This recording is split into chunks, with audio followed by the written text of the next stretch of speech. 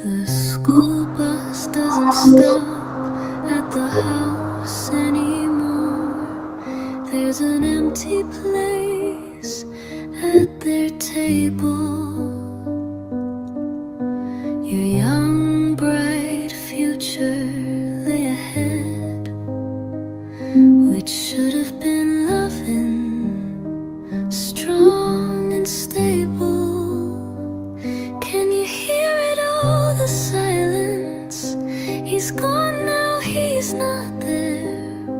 A missing child was mysteriously taken. The neighbors are filled with fear. Can you hear it all?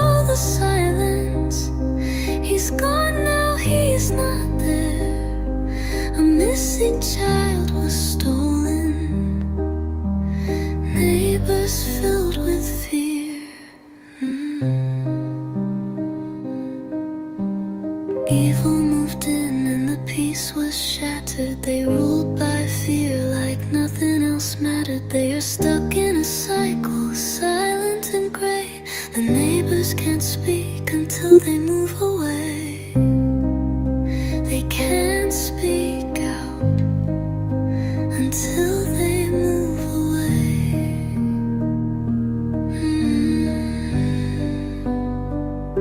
Their beautiful homes are now a freak show. Cherished privacy, a thing of the past. Monsters moved in, are their children safe? How long will this nightmare last? Call 911, how can we help you? What is your address? If it's Kellen or Stafford, why was no help coming? The law caused them untold stress. Can you hear it all, the silence? He's gone now, he's not there. A missing child was mysteriously taken. The neighbors are filled with fear. Can you hear it all, the silence? He's gone now, he's not there. A missing child was stolen. Neighbors filled with fear. We feel invisible to the sheriff. Sumner County, can you see? Why did you turn your back on us? We're the innocent ones, you and me.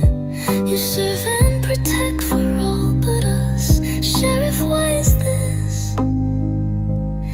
Is it because we know more than you'd like us to know? Sheriff, you are taking the pish. We don't see heartbreak, desperation or fear.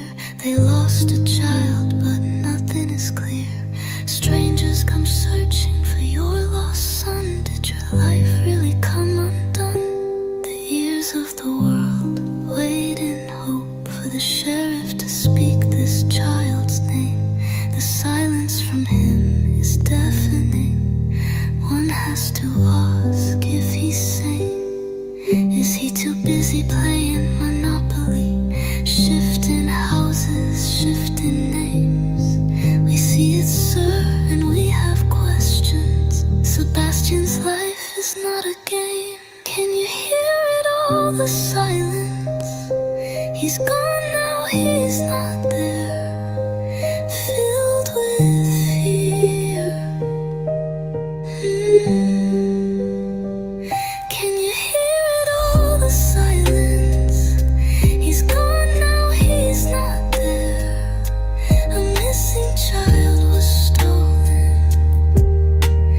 Neighbors filled with fear.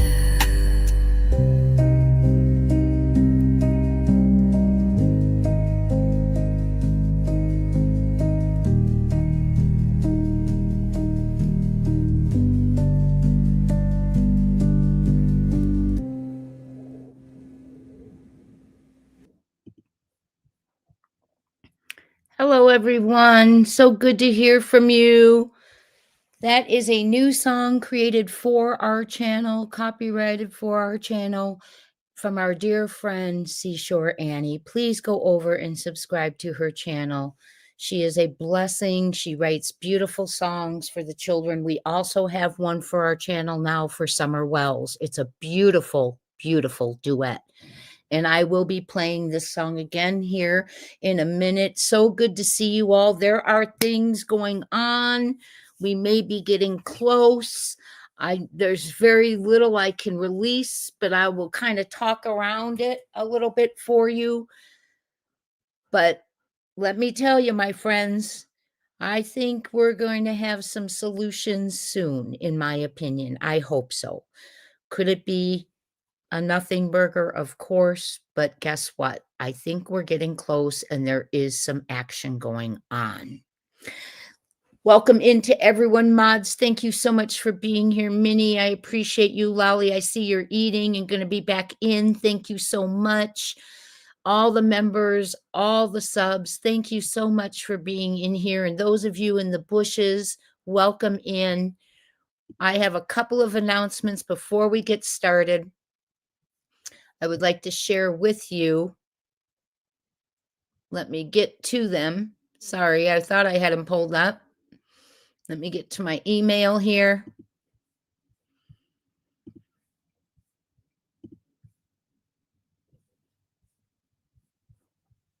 One moment, my friends.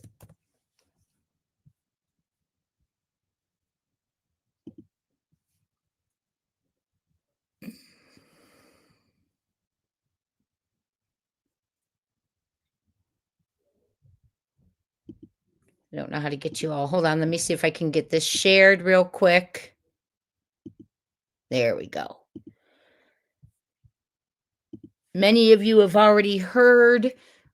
Many of you were at our first panel with Charles Ramsey regarding the Cleveland Three.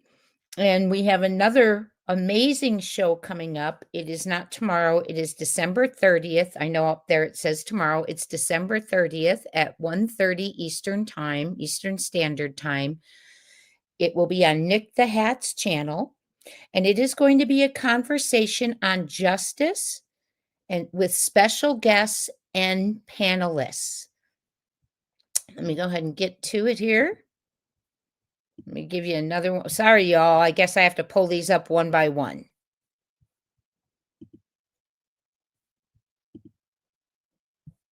There we go.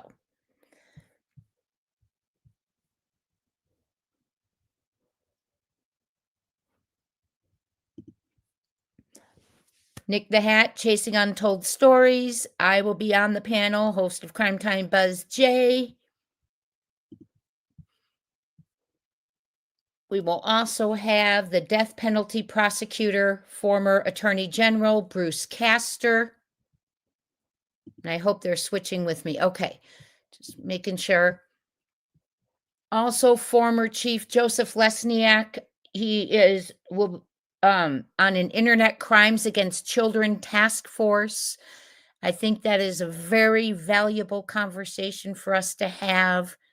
There's so much going on digitally that tries to distract and deter from finding kids. Also, Mr. E will be joining us as he did with the Charles Ramsey show. Norm Pattis, who is a high-profile criminal defense attorney, and more. There will be more announcements to come. Very valuable conversations to be having when we have missing children. Hello, everyone. Thank you so much for being here. Hey, Holly. Hey, Lolly. Glad you're back. Welcome in, everyone. Nanny of 8. Thank you for being here. SI Officer, Lori, Retired Ganny, Rita Jones, Little Miss Sharon, Lori, Veronica Be True, Hey Cat Lady, Shadow, Unicorn of Hope, Nicey Marie, Sped Teacher Virginia, Donna B61, and anyone in the bushes and in the chat, Reba Thompson, those I haven't said hello to, please know that I am so thankful you are with us today. Each one of you means the world to me because without you, we wouldn't have a channel. We simply wouldn't have a channel.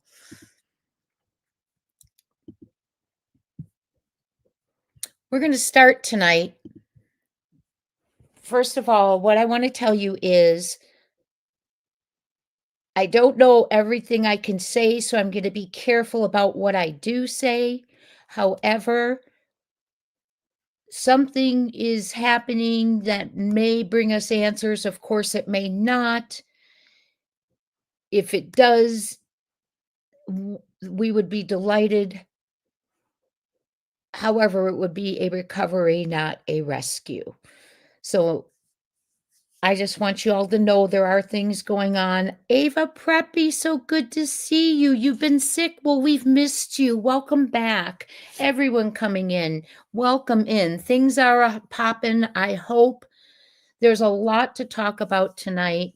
I just shared a new song from for our channel, written specifically for our channel by Seashore Annie. Beautiful song. We also have one now for Summer Wells, a beautiful duet that I'll share with you tomorrow. And for those of you who didn't get to hear the song, I will play it again because I want to begin, of course, with our beautiful Crime Time Buzz song from Be Kind to Everyone, Donna.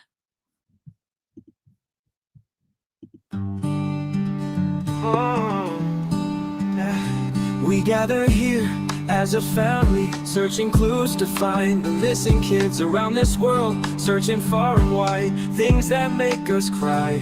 Sometimes they are found safe, but many don't get out alive. We fight for justice, for the voiceless. We help one another look for evidence, turn it in and hope they listen to the clues we found, even if it is small.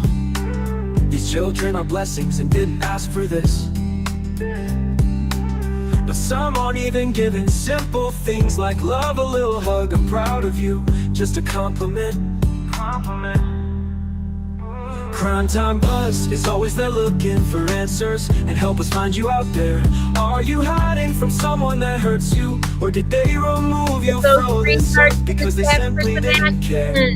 Just so you know, America cares. We cry. You notice that you're missing from a dinner table, a holiday, another birthday come and gone. God is with you, my darling, we're trying to find you, searching every day, just so you can play another day. Don't give up on those that really care. You are precious and beautiful, smart and kind, and tomorrow we hope to find you. You are precious and beautiful, smart and kind, and tomorrow we hope to find you.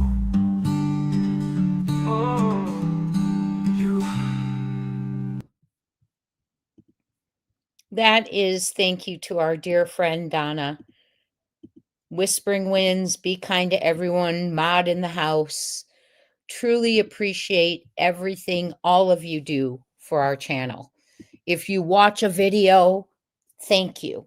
If you give it a like, thank you. I'm praying, Joni. I'm going to come right over there and talk to y'all. If you subscribe, thank you. It's free.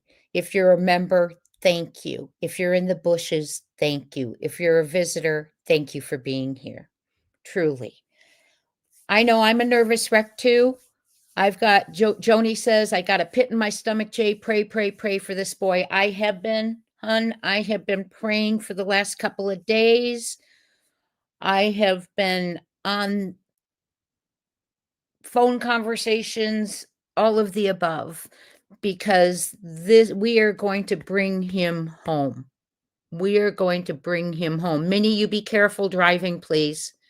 Cat Lady, hello. Hello to all of you. I do have some channel announcements. If you have been watching the community posts for the clues, clue number 3 came out today for my big surprise announcement coming soon. It's not the panel that I just announced. It's something different. I put out 3 clues. Some of you are guessing. Keep guessing. I'm not going to tell you if you're right. I'm not going to tell you if you're wrong. But what I will tell you is no, I'm not interviewing KP. I have no desire to interview KP. And here's the reason. Why would I waste my time when we can't get the truth? That's my opinion. And as a matter of fact, I'm going to say it now that it's not Sebastian's birthday, and I'm going to kind of move away the grace a little bit. You know, when you come out on a birthday, that's wonderful because Sebastian needed to see her if he's watching. However, shame on you. Shame on you, KP. Where have you been in almost 2 years? Well, we could tell you where you have been, and we can tell you where you haven't. Does that mean she's involved? No. Does it mean we're suspicious of her? I am. Because when you can't tell the truth and that impedes finding a child and you plead the 5th, why would you have anything to self-incriminate? So when you get up there and you do your crying and your little, oh, love your bubbas, and that's wonderful, but it's not enough. You should be on there all the time. You should be asking for media interviews. You should be searching. You should be putting up those flyers. And I know you said when you go places that you leave a bracelet and a flyer. It's not enough to do it while you're living your best life. It should be your life. And there's no excuse. No excuse. So that is why I absolutely wouldn't have her on the channel. There's just absolutely nothing of value that will come of it other than another change, possibly another BS story, in my opinion. And none of us have time for that. And Sebastian certainly does not. And yes, someone dropped in the comments, I heard your mommy say you're handsome and she misses you. Great. Great. But what about the other 660 days of silence? We are going to be talking about the step family today. We're going to be talking about the construction zone behind the home. We are going to be talking about Tennessee's score record on corruption and other things, because silence, money, and power, we will not allow that to keep a child lost, because every day of silence means a child could be abused, exploited, and traumatized. And one day is one day too many. It is a low score. Yes, and the baby Jesus blessings. I want to see the baby Jesuses. What are they? Little figures? Is it a bracelet? It doesn't matter. But you know what? Sometimes, you want a parent to get in the game of searching for their child, and it's really darn sad when you have to hope a parent will get in the game of searching for their child. But you know what? When you show up on major holidays and you show up on day events, you've obviously you're almost feeling like it's forced that she has to be there, because the other days you're not around. We're buying reptiles, we're going on trips, we're doing all sorts of things, getting tattoos that look like in memoriams. And we're going to discuss all of this. That's right, cat lady. God is not to be mocked. And if you believe or you don't, one thing we all believe in here is children's lives matter, and the truth will come to light. It will. And we have one person in this case who has such a big mouth that he has dropped us some beautiful nuggets that we're going to go over tonight. Hi, Marie. Hello, everyone coming in. Thank you so much. I'm sorry I'm on a little bit later today. I put out a couple of videos, and getting this ready just got a little bit behind. So please forgive me. Thank you for being here. I do want to read to you the community post of happenings in the channel before we get started, if you'll bear with me. So it says, clue number 3, surprise announcement. Keep guessing. Well, I guess I could pull it up on the channel. Let me pull it up on our channel.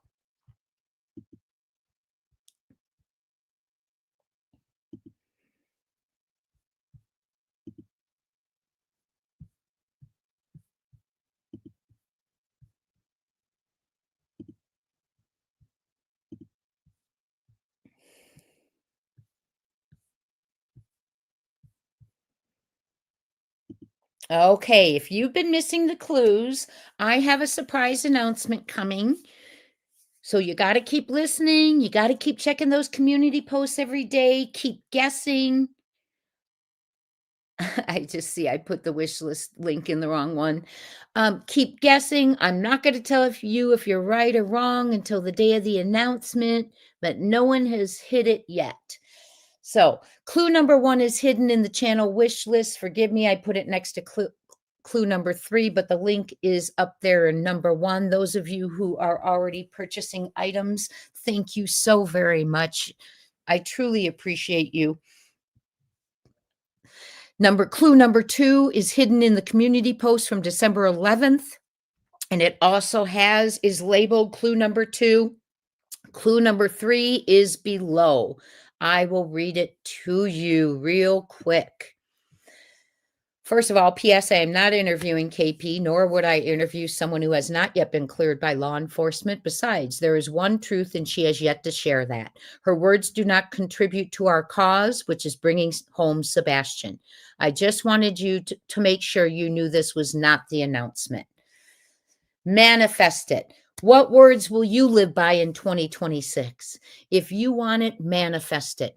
As we turn a page on 2025 and prepare to forge into 2026, dream, hope, and make it happen. manifest it. Some of you have been sharing your quotes and they are absolutely amazing. Thank you, Seashore Annie, for yours. I'm sorry I didn't pull them up, my friends.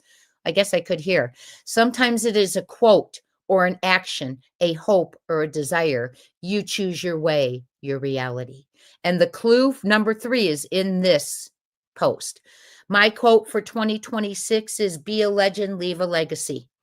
To me, this means moving forward with confidence, passion, and leaving a footprint that makes a difference. This is my mantra for 2026. What is yours? Please share in the comments below and let's inspire each other to have the best year yet. Don't forget to save the date, get involved by December 20th of 2025.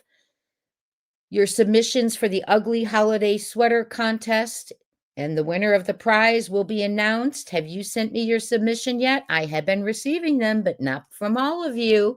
The winner will be announced at our holiday party. Will it be you? Rules are posted in the December 5th community post below. Holiday party is December 23rd at, I see a percentage sign. It's 5 p.m. Eastern time. I will correct that. I want to thank everyone for the prizes that have already been contributed. Everyone is welcome to our holiday party, December 23rd. Join us for trivia and prizes, our Secret Santa style gift giveaway, and the ugly sweater winner announcement. We have received beautiful donations for prizes such as jewelry, sports bottles, Sebastian Rogers artwork, virtual gift cards, and I will be giving away channel merch. Also, right now, my gift to you is I have put all 2025 merch on Bonfire at 50% off, including the Google It You All line. There are amazing sweatshirts and colors for the Google It You All, and all the items pretty much come in lots of various colors. Sorry, I lost my place. We are still in need of prizes. If you're willing to donate, let me know. Email me at crimetimebuzz@gmail.com. I will be posting pictures of some of the prizes here in the upcoming days. Thank you all for your generosity in making this a fun-filled event and gathering. And I do want to say to all of you, you've changed my life. You mean so much to me. As the holidays arrive, I know it's a difficult time for many. Losses are amplified. Loneliness is real. We have built a family here. We continue to grow our family and uplift each other. And please know you are not alone during these holidays. I will be on live December 24th and 25th to spend Christmas Eve and some time with you on Christmas Eve and Christmas Day.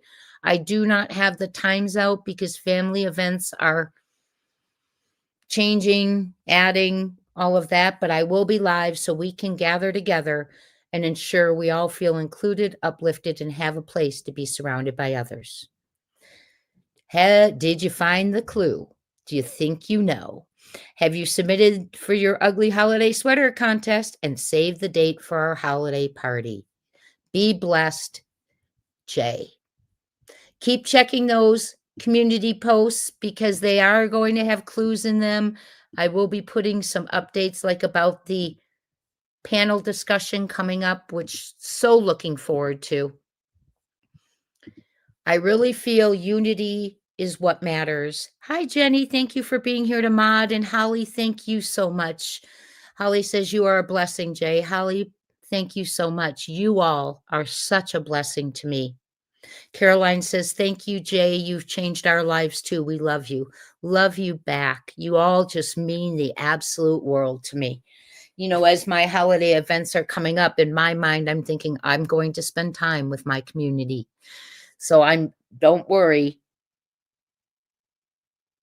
Jay, I've sent you so many emails prior to my Christmas sweater. Yes, I've been looking at your emails, Cat Lady, about the case. Thank you very much. You all, I've been substitute teaching and tutoring, so I have been a little busy the last couple of weeks.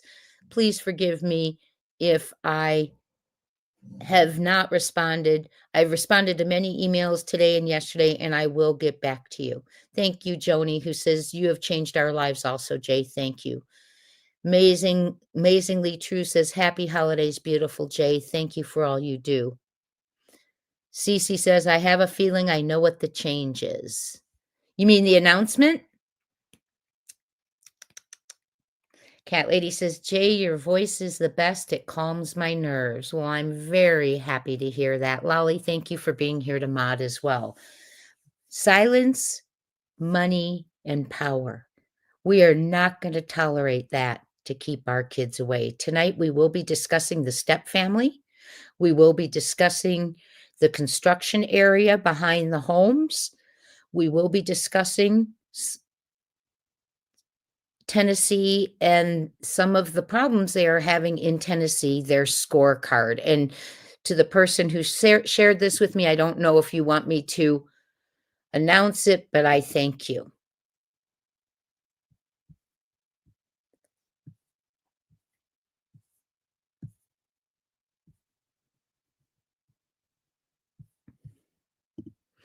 Oh, it didn't share with you. Hold on. Sorry, I shared and didn't share with you.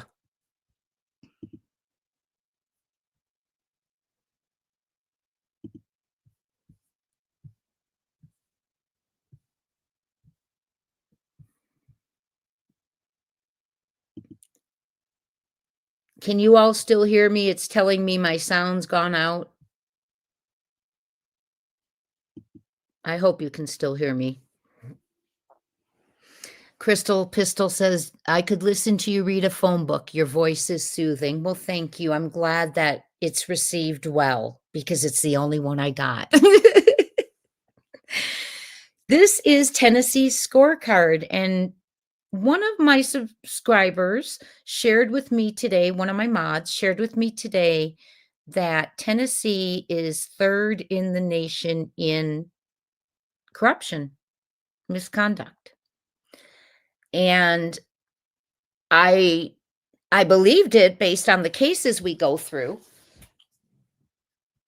but I wanted to look at it together as a community before we get into the step family. Those of you who've been asking, yes, I have a picture of Melissa up tonight so you can see what she looks like. First thing I want to draw to your attention is right here. And then when we finish this, we'll go into the song. For those of you who missed it, we've had a new song created by Seashore Annie, specifically copyrighted for our channel, and it's beautiful. It's called "Oh, the Silence." If you look here, scores range from 0 to 100%, comparing states with population. States with higher scores spend less on policing, use less force, are more likely to hold officers accountable, and make fewer arrests for low-level offenses. What I want you to see, very important, is Tennessee, their police accountability. Let's highlight this right now. Okay, here's the 50 percentile mark in the nation where you would fall on a police accountability. Tennessee falls at 15%. With what we've been going through in the case of Sebastian Rogers, who is an Amber Alert child still missing out of Hendersonville, Tennessee, Sumner County, he is also one of FBI's most wanted. FBI is offering a $50,000 reward. At Night, One World, Dog the Bounty Hunter, and their contacts are offering $450,000. We have a $500,000 reward. But when we look at this police accountability, look where Tennessee rates. 15% compared to the rest of the nation. Misconduct complaints held. So the higher their rating, the better. Okay. So here's worse. Wait, let me go where you can see my, here's worse. Here's better. Here's the 50 percentile of the nation. Tennessee falls way below this. Police accountability is only 15%. Well, when we have silence and a little boy's missing and the sheriff isn't speaking out, I believe this statistic, but we're going to hold them accountable. We're not going to allow the silence, the money, the power, and the handshakes to overlook a child's life. So misconduct complaints that were upheld, 19% compared. So they should be having 90%, meaning, oh, this isn't a problem. But no, they're at 19%. Remember, that's worse. The lower the rating, the worse you are. So misconduct in Tennessee is rampant. Also, I'm going to skip to here real quick. Criminal misconduct complaints upheld, only 21%. So, where there are misconduct complaints upheld here, 19% are only upheld. Why isn't that 99 to 100%? If there's misconduct within your police, you should be upholding and holding them accountable. This is the problem. 21% on criminal misconduct complaints. Hold on, I need my water bottle. Upheld. Why are they not upholding these criminal misconduct complaints? Is it the good old boy system? All of them, you know what I say, slapping you know what's. Well, guess what? The whole nation knows your scorecard. They've only upheld 11% of the excessive force complaints. Only have upheld 2% of discrimination complaints.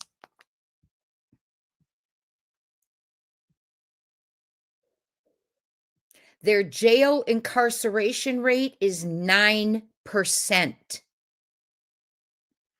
Their arrest for low-level offenses is only at 12%. Well, when you're not strong on crime, why would that be any higher? Let's talk about police presence. Only 10% is their police presence over policing.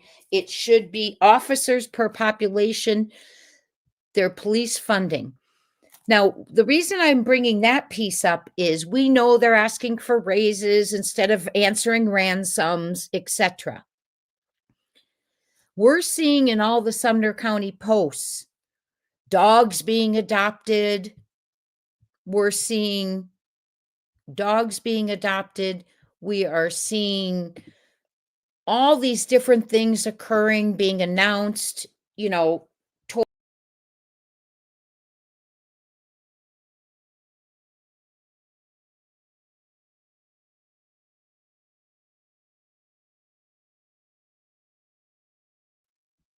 Sorry about that, you all. I just hit the wrong button.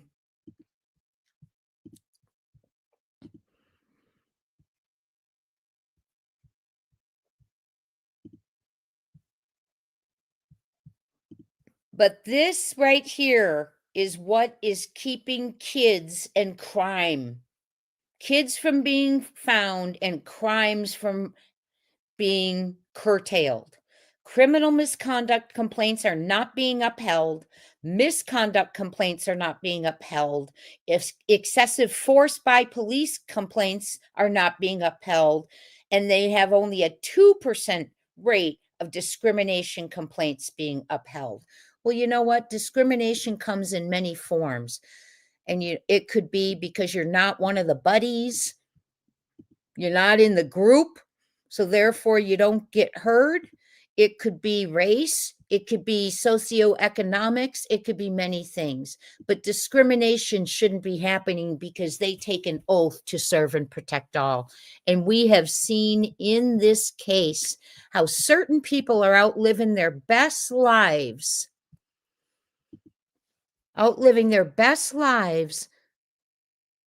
when they don't have, in my opinion, strong leadership by police in Sumner County. This is the sheriff of Sumner County. He's running a campaign. He has no opponents, but it is the absolute focus of his life right now, it seems. Spaghetti dinners, going and doing this and that. Today, their update was a dog had been adopted and getting a new home. Why would that rate above a child being brought home? Why won't they say Sebastian's name? They won't say it. And it's very telling, isn't it? Hi, Michelle. Hello, YouTuber is here. Thank you. And I also want to bring up, just because people live in a big house, a nice subdivision, have money, doesn't mean they aren't no good. That's why I'm put the house up there. A big house doesn't mean good people. A big house doesn't mean great neighborhood. A big house doesn't mean crime-free neighborhood.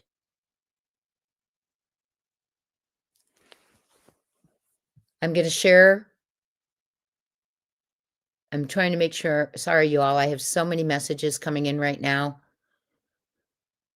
I did announce that we will be on December 30th, and I'm just trying to get something up right now. Our song, if I can, for Sebastian. Hold on one second. Well, we'll get to that in a second. I will play our new song for Sebastian again. Oh, it is absolutely everywhere, all over the country. There is corruption, there is misconduct, there are missing children, children who are being ST'd, SA'd, drug rings, all of the above. But I'm focusing on Tennessee right now because we have a child who's almost been missing 2 years. We have a silent sheriff, a usual silent mother who hasn't given one truth, and a stepfather who can't close his mouth. So there's a lot to talk about. And that's why we're focusing on Tennessee. But you are absolutely correct. It's an epidemic everywhere. Jenny, we'll be waiting for you. Jenny's getting her dogs their snacks. Hi, Pebbles. Good to see you.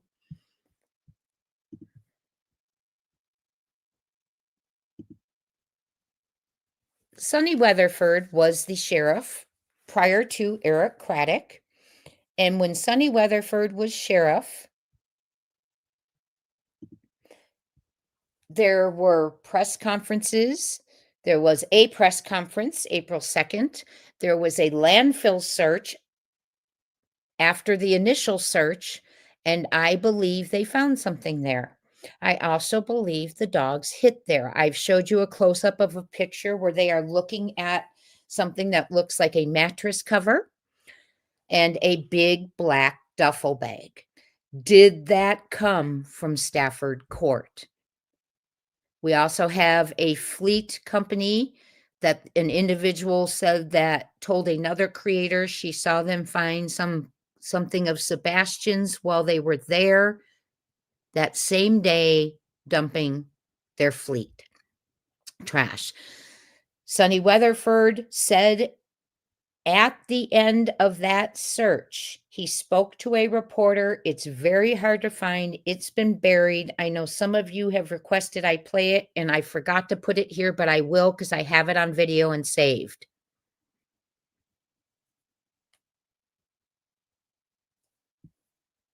Hold on one second. Let me pause for a second. Jay, you said you will be on Christmas Day. I will have to watch replay because I lost my mom on that day last year, and it's going to be hard for me. Bless you, Marie. We will be thinking of you. We will be praying for you. And I know it will be a hard day. I lost my mom on January 14th. It's not easy. It's kind of in the back of my head as well. You know, a holiday with our first Christmas without her, etc. So we will be thinking of you, Marie, and you watch the replay, but just know we're there if you need us. Cece wants to know if she emails me with her guess, will I tell her if she's right? No, I won't. I'm not going to tell anyone if you're right, but I will be announcing it soon. So I hope you're having fun with the clues. I love seeing you all checking the community posts, reaching out with your thoughts. So Sonny, at the end of this landfill search, told the reporter, we're going to go back and analyze what we have found and determine if we will return tomorrow. That has kind of been buried by reports saying nothing was found. I don't know when that happened, but Sonny said what they have found, they were going to analyze. Something was found at that landfill, and dogs, from what I'm hearing, did hit. Now, makes my stomach nervous, and that landfill was searched because, as Sonny says, the sheriff prior to Sheriff Craddock, who, rest in peace, is now deceased, said, and there might have been more probable cause, but this is what he shared with us, that Sebastian went missing before the trash was picked up, and they reported him missing after the trash trucks were gone. He said that's what led them to the landfill. Now, I don't know if that's enough probable cause, but I have an opinion that there was much more that led them there. That was where the house trash was taken, which means right off the kick, their eyes were on the home and the people who lived in it, in my opinion. Cat Lady says, I still believe Sonny's death was suspicious. Yes. Yes. Now, since Sonny Weatherford passed away, suddenly at a sheriff's conference, an accident occurred and resulted in his fatality. Take it how you want to take that. Since that happened, Sheriff Eric Craddock took the reins. Since Sheriff Eric Craddock took the reins, the lead detective on the case became Brandon Carter. Sheriff Craddock has done no press conferences since he became sheriff. He has told the father he will not do them. He doesn't care what his constituents think, the public thinks, or Seth thinks. He's not doing them. Now, I ask you, why wouldn't he? Why wouldn't he want to do one? Why would he be so stubborn that he doesn't want to get in front of cameras and talk about the one child missing in his area, but he'll post dogs getting homes? He'll post funny jokes. If you're going to commit a crime, eat a biscuit, because no one's arrested mid-biscuit. And let's not forget his famous line, R is such a strong word, let's call it snuggle struggle. Well, did you know he tagged his ex on that post? I find that alarming, in my opinion. I really do. And that shows that if someone is SA'd in that county and has read that post, do you think they're going to go as a victim and say, I was victimized? No, because it escalates crime and criminals. In my opinion, unless you're someone that's related or in the good old boys, that's how you're treated, in my opinion. So no press conferences, no posts about Sebastian, posts about whatever else, but not Sebastian, the one missing child. And it's disgusting. We're going to keep going, though. Rest in peace, Sonny. The reason we're going to be talking about the step family today is because when we have a crime, let me go ahead and raise that up for you guys.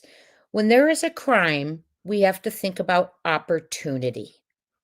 And in this case, the mother, Sebastian's mother, has claimed, the one thing that hasn't changed, she has claimed that she was home alone with Sebastian after the Texas Roadhouse. They locked the doors. The doors were locked before bed. And when she woke up in the morning, Sebastian was gone and the doors were still locked. Now, I'll get to CP's statements about him going out the front door when we get to CP. We're going to go one by one through some of the family members tonight. So bear with me. She said on Nancy Grace, and this is really important, that only immediate family has access to the home.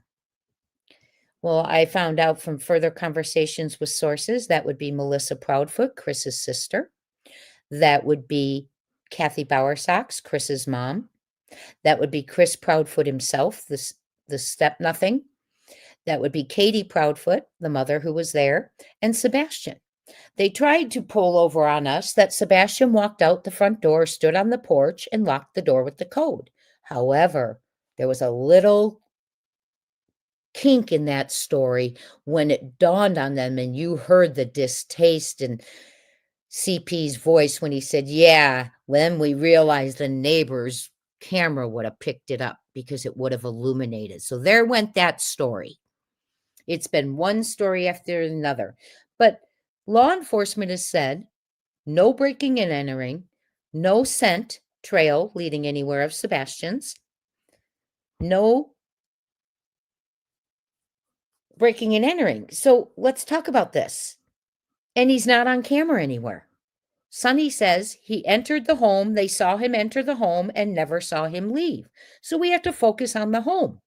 Well, when we focus on the home, we focus on the mom, who, by the way, law enforcement has been unable to clear. She pled the fifth. When you plead the fifth, you have a legal right to plead the fifth.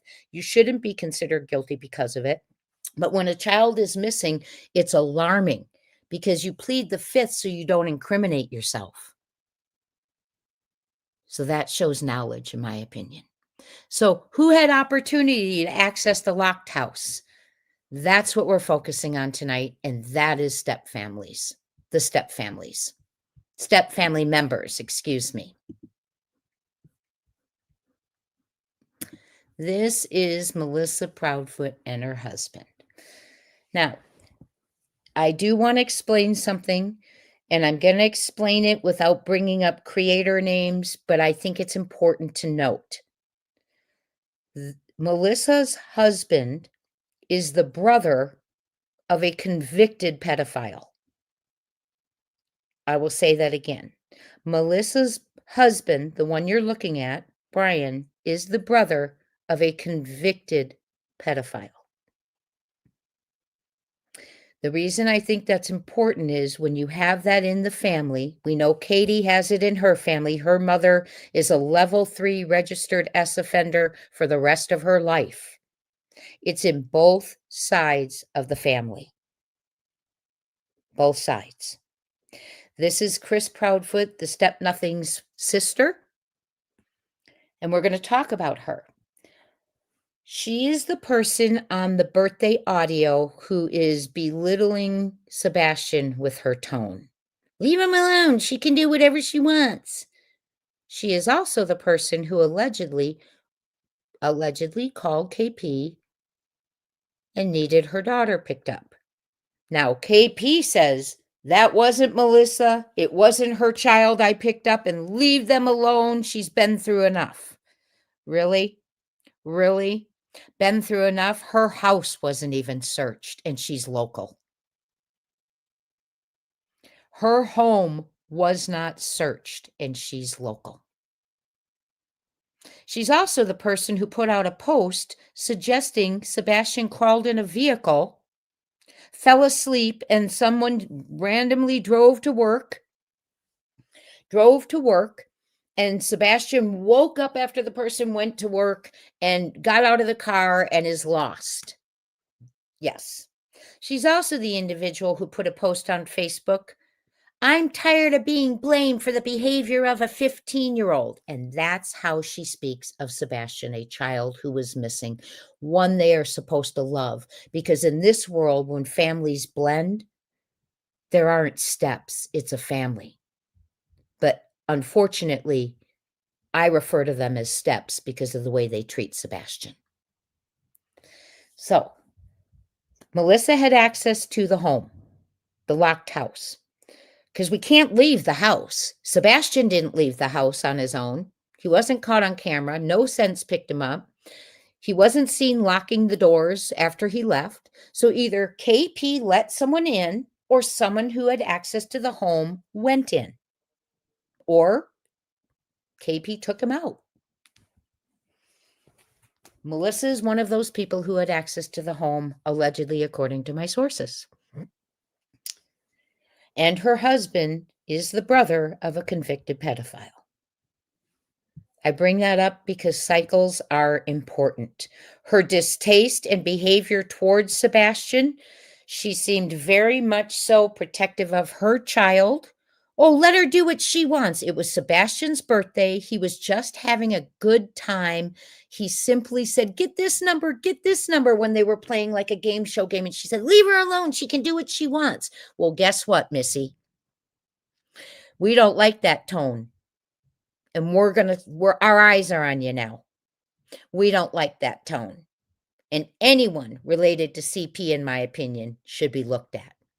He, for some reason, has forgotten the fact that this is a criminal investigation. He's flapped his big mouth so many times. He's given some wonderful nuggets, and I'm going to put some of them together tonight. But this is the big sister. I don't see him having loyalty to Katie. He was planning on leaving her. Now, if we're going to believe his alibi, that alibi person also stated that Chris was leaving Katie. So there would not be loyalty for Katie from Chris if she did something all by herself that didn't require any assistance, any preparation for or premeditation from others. I just don't believe it. He would have kicked her to the curb because he was planning on doing it anyway. So in my opinion, it's a premeditated plan that involved some of his family members and himself. If we're going to believe part of the alibi, we're going to believe the other. The alibi is from about 8 p.m. on the 25th till after midnight in the cold, dark night after having 4 days off and plenty of daylight. Something propelled him to put skirting around his RV. The skirting covers the underneath of the RV. He had been there for months and didn't put up the skirting.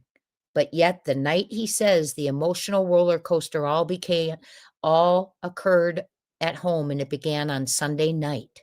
He's out there putting skirting on his RV to hide the underneath. Why would that be, Mr. Proudfoot? Tell us why, sir. So here is the photo of his sister. Many of you wanted to see it. Sam Rowell, hello, Sam. Sam says, yes, Jay, that's why the reward hasn't been claimed, because it's all in-house. That money is nothing to them. Absolutely, in my opinion, agree with you. Hey, Doodle Mom. Hello, everyone coming in. Sam, that's a great point. It really is. Because what if it's the family and the family knows, and we're not accusing, we're theorizing, speculating, because we've been forced to, since law enforcement has really provided zero information other than to say there is no foul play. And I believe that is why Eric Craddock will not speak about Sebastian, will not get on camera, and will not do press conferences, because he has said that so many times. And there's nothing to show the family's involved, and you've seen him get really defensive about it. Well, guess what? That's on record, and he knows it. So when things start coming out, which they already have, the command center conversations, TBI agents saying where he is, he's not coming back from, the neighbor who lives behind him, CC, I'll call him, having footage that he didn't turn in, leaving the vigil crying, saying it's bad, it's so, so bad. Well, a runaway, if it was a runaway like reported, what's that about? Why would you be saying it's bad, it's so, so bad? It's bad, it's so, so bad because a 3 a.m. sedan pulled up, flashlights got out, and a child was carried out. Allegedly, in my opinion. I feel this person's home needs to be searched. And we are going to have a call. We're going to keep going on until they search the homes of the family members. And we'll get to KP and CP and how they bulldogged that house and that sidewalk and everything else around it.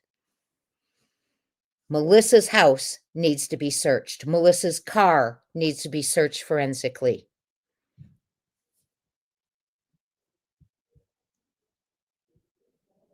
I'm trying to pull something up real quick. Okay, I'm going to pause for a second, and you can look at that face. Just remember her. I want to get up here real quick and search something.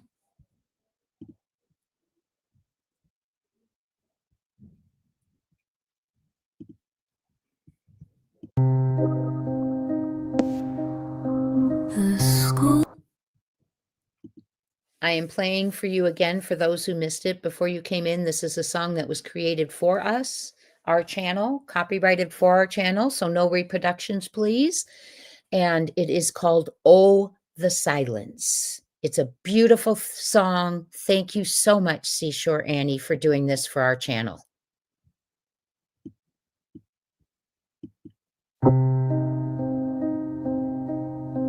The school bus doesn't stop at the house anymore. There's an empty place at their table.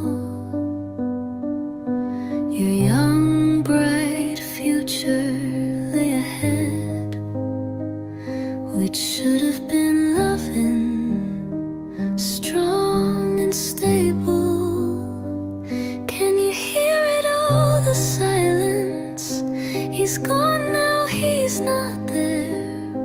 A missing child was mysteriously taken.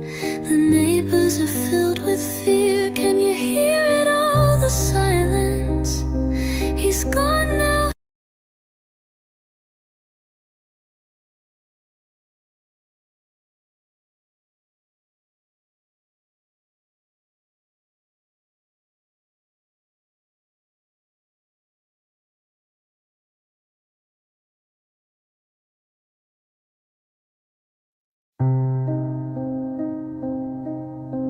The school bus doesn't stop at the house anymore. There's an empty place at their table. Your young, bright future lay ahead, which should have been loving, strong and stable.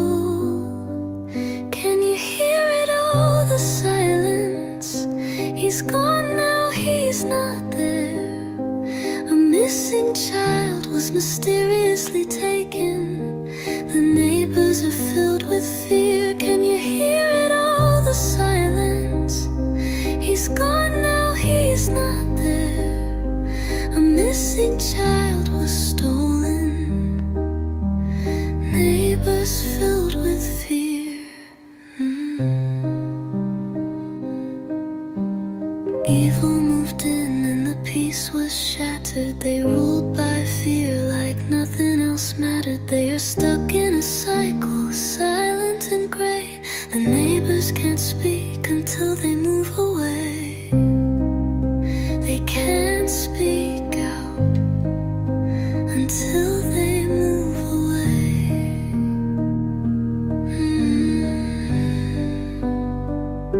Their beautiful homes are now a freak show. Cherished privacy, a thing of the past. Monsters moved in, are their children safe? How long will this nightmare last? Call 911, how can we help you? What is your address? If it's Kellen or Stafford, why was no help coming? The law caused them untold stress. Can you hear it all, the silence? He's gone now, he's not there. A missing child was mysteriously taken. The neighbors are filled with fear. Can you hear it all, the silence? He's gone now, he's not there. A missing child was stolen. Neighbors filled with fear. We feel invisible to the sheriff. Sumner County, can you see? Why did you turn your back on us? We're the innocent ones, you and me. You serve and protect for all but us. Sheriff, why is this? Is it because we know more than you'd like us to know? Sheriff, you are taking the piss. We don't see heartbreak, desperation or fear. They lost a child, but nothing is clear. Strangers come searching for your lost son. Did your life really come undone? The ears of the world wait in hope for the sheriff to speak this child's name. The silence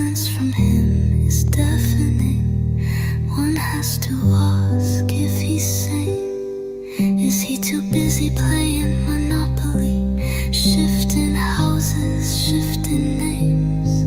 We see it, sir, and we have questions. Sebastian's life is not a game. Can you hear it all, the silence?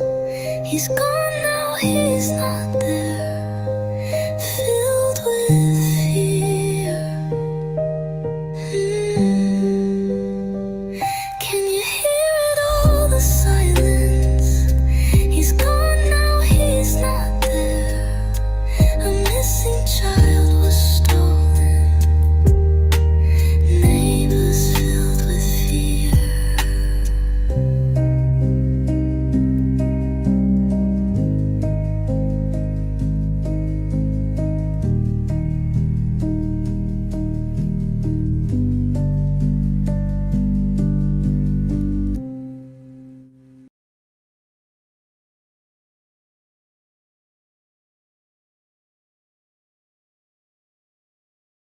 Takes my breath away a little bit. It's so beautiful. I am not responsible for the lyrics or any of that. That is all credit to Seashore Annie that she did for our channel. Thank you, Annie. She's a wonderful friend of the channel's. And if you have not subscribed to Annie, the link has been dropped a few times. Please be sure and go subscribe to her. Gorgeous song, and it just moves me and it touches me. Daffy Dog says, Merry Christmas, Crime Time Buzz, and Lolly and all. Thank you so much, Daffy Dog.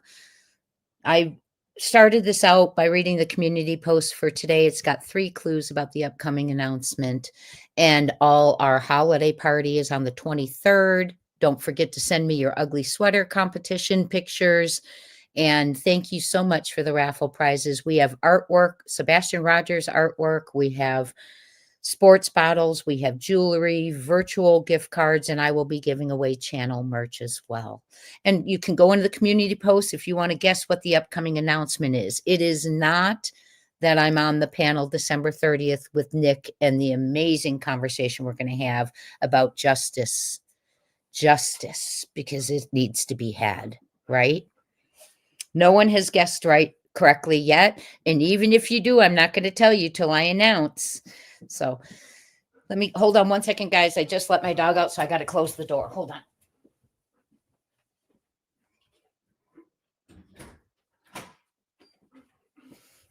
Okay, so this is Melissa, and we will find you. You are right, crazy country gal. Sebastian Wayne Drake Rogers, we will find you. Amen to that. Lolly, it's going to be an amazing live. I'm honored to be included. It's myself, Nick, Mr. E, and Joseph Lesniak, Bruce Castor, and one other. And there are other announcements to be coming. So it's going to be a really good conversation. It's an important conversation. And someone had asked, will we be talking about Sebastian? I'm sure that I will be bringing it up, but I need to find out exactly. But I'm sure, just like when we talked about Charles, when we had Charles Ramsey on, we still spoke about Sebastian and Summer. So this person, in my opinion, we need her home searched.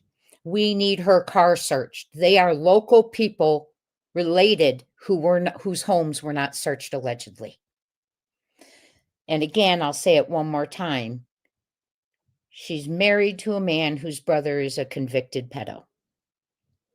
I'm sorry, but when you have that kind of a cycle, sometimes that's a cycle.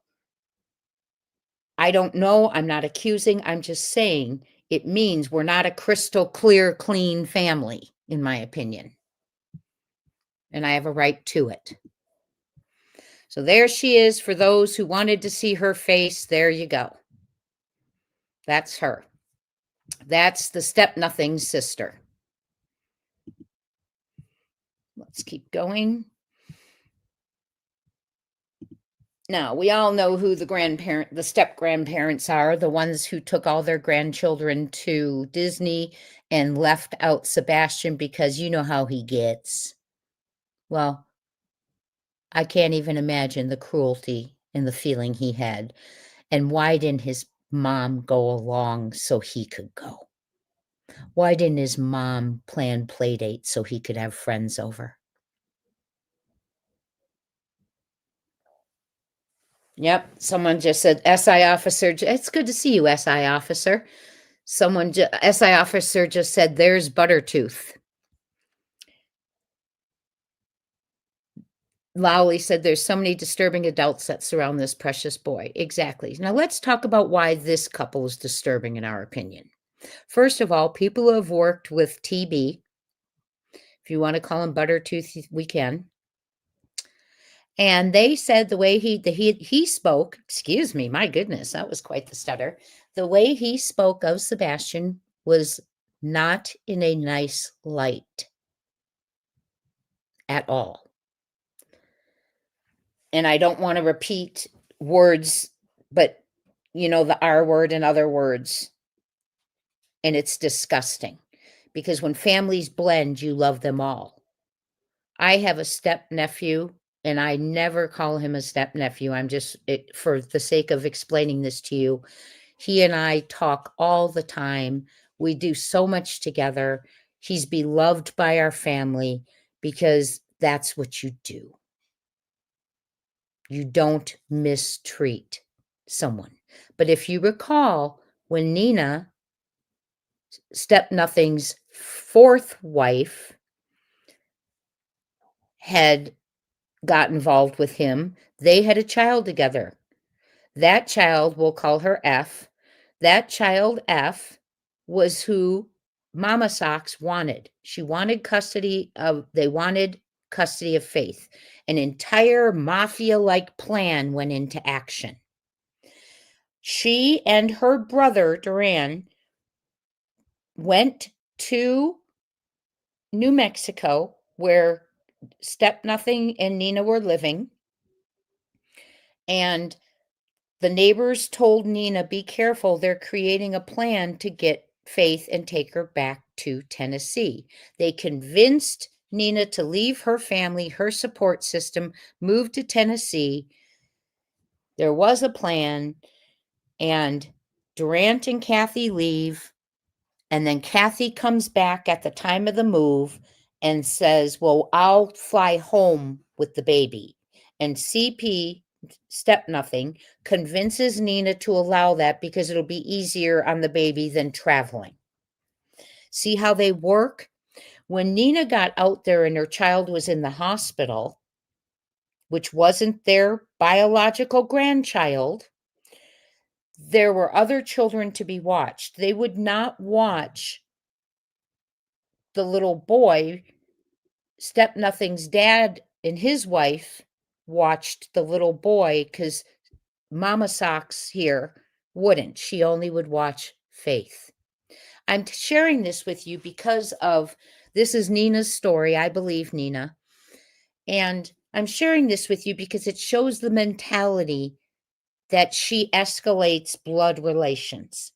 Now, if indeed Sebastian, which we know was beginning to outcry about the abuse going on in the home, 5 CPS reports, they were in family counseling. Seth told us that he saw the reports from the family counseling, and Katie wasn't engaging with Sebastian in the home, is the piece he shared with us. But with all of that going on, I just lost my train of thought because my dog just did something funny. Sorry. With Sebastian starting to outcry, how can I say it? In their eyes, F was the one they wanted. And his outcrying, in my opinion, would have blocked custody. Because once he was speaking out and they started looking into the custody records, which law enforcement had and knew about, and all of that going on, he very well may not have gotten F, which in my opinion, he shouldn't anyway when a child's missing and when they hear the way he's conducted himself all over the internet.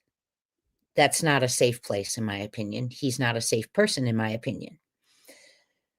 So it's not a far stretch for me to say if Sebastian was going to get in the way of custody of F, that Sebastian would have to go. Sebastian was going to be living with his father in May. However, in I can't remember if it's October or November, I have the emails where they requested putting him in Bledsoe, where kids are abused physically, obviously no research or obviously no care to where he was put. So Seth said, no way is he going there. And then they didn't like any of Seth's suggestions. And poof, he was gone. A couple of months later, missing, vanished. Well, in my opinion, the vanishing is the cover-up. Something happened, and the cover-up is the vanishing. I do believe, in my opinion, that this is premeditated. These people also, Sebastian went missing. She stood in the kitchen, from what we've heard, asking about what jewelry Step Nothing was going to get her. They took their RV, and I don't believe it was their RV. I do believe it was a switcheroo. And they left town for a business trip. Well, look at him. What business do you think he's in where he's got a big important trip and a big business trip where he can't say, my step-grandson is missing, we can't make it. It's just that anyone would understand that. And she's a realtor, self-employed, and with her nephew. So it's not like they were tied to anything that had to be. But yet they left. They didn't stay in search. They didn't put money towards a reward for him. Old money bags over here. They didn't do any of it.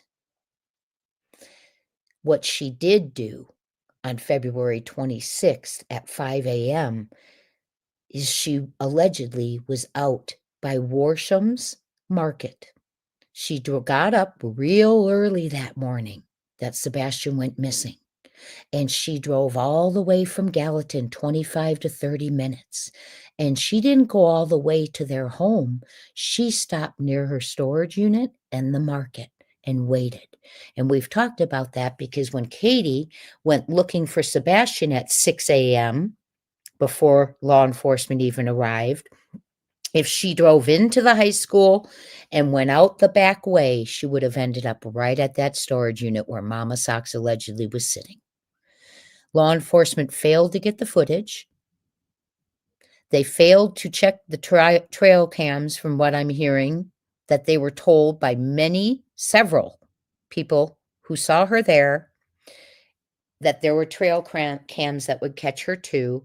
We've heard the PI say 2 different people told the PI that she was there. Why would she not go all the way to her son's house? What was she waiting for? Part of the plan. Unit 10 was hit on by a cadaver dog several times, and the handler kept saying he was alerting to rodents. Well, we've gone over that. They don't alert to rodents. They're trained to differentiate between that, and we're not idiots. They don't have good things to say. They have not come out and said anything pleasant.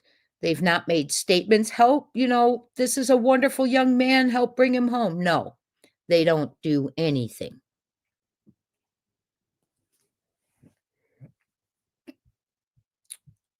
I have nothing good to say because they have had nothing good to say. This person very much comes up in the readings of Reverend Donna Serafina. Whether you believe her readings or not, this individual in her readings was there. Not accusing, just sharing the information. Then we have good old Danny Guy, her nephew, the son of the man who flew to New Mexico. Danny Guy owns Second Generation Construction. That is the construction area that built the neighborhood that the grandparents live in. He also owned the land between the hidden cemetery and the homes in Enoch subdivision in Gallatin. And there's things that are a little fishy, in my opinion. For instance, this hidden cemetery, was it searched? Well, we are now calling for a search. We want, oh, I forgot to share with you. They're local as well, and their home wasn't searched. Now, many of you have asked me, they have rental homes, they're building homes, were all those properties searched? My answer to you would have to be no, because if they didn't search their existing home, I doubt they put in the investigative skills to find all their properties and search them. And boy, go down that rabbit hole looking at the properties and the name changes and the occupants, and oh my goodness. But there's a cemetery in their neighborhood, the step-grandparents. And it's the property between the cemetery and the homes is owned by Danny Guy, the owner of Second Generation Construction. Another alarming thing is not only, I'm sure Danny's house wasn't searched either. We're calling for Melissa, Danny, and the Bowersox homes to be searched and the Proudfoot home to be researched and swarmed by professionals. I say that because I don't want you all swarming the house. I want professionals there. You all are so diligent. I know you do it, but we don't need that. What we need is professionals, and we don't need Sumner County because he doesn't want to do it. He doesn't want to do press conferences. He's saying it's ongoing, investigation and active, but what activity do you see when they don't answer tip lines and emails? Or come outside when a father's standing on a corner with a microphone trying to get their attention. Didn't even come out and hand them water like they did the other peaceful protests that happened prior to for a rapper. He came out and thanked them for being peaceful and gave them all water. Why didn't Seth get that treatment? Because he's not one of the good old boys. And someone who is one of the good old boys is involved in this, in my opinion. The alarming thing about this subdivision that Danny Guy, who I just showed you, owned the land, built, and it was in progress being built when Sebastian went missing, is, first of all, this is, let me go to where you can see what I'm pointing at. This is where the cemetery is. Okay. This is, in this row, is where the step-grandparents live. Right here is where those glasses were found. I think it was April 1st of 2024. However, the glasses were never checked for against Sebastian's prescription, Seth said. He answered in our chat one day. Not checked against the prescription. They were too close of a call for Seth, so he told the search group that was out there to bag them and tag them, and they were given to Gallatin police officer, which would have most likely given it to Sumner County because they are the lead bulldogging the agency and refusing to escalate it, in my opinion, because they're embarrassed and should be. He owns this property. So what I want to point out to you is if Sebastian were taken to one of these, to their home, I'm not going to show you which one's theirs, I'm sure you know by now, and someone carried him out through the backyards and headed towards the hidden cemetery, they would have passed right by with a struggling child possibly, and the glasses were found right here where they would pass by. So grandparents' neighbor, backyard, going to the cemetery, you would pass right by where the glasses were found. I also want to show you these silos here. If you go straight from the grandparents' backyard and you're heading to the silos, you pass the home where the glasses are found. But the investigative skills that didn't alarm them enough to go search the grandparents' home, to go search that cemetery, to search those water towers, we'll call them. We're calling for a search. We're calling for escalation of the case in all step families' homes to be searched. Danny Guy has several homes. They all need to be searched. What Danny Guy is building, every neighborhood, including the Hunt Club, needs to be searched. All of them need to be searched. Homes that have been gifted and sold need to be searched, but they haven't been. We are calling for a search.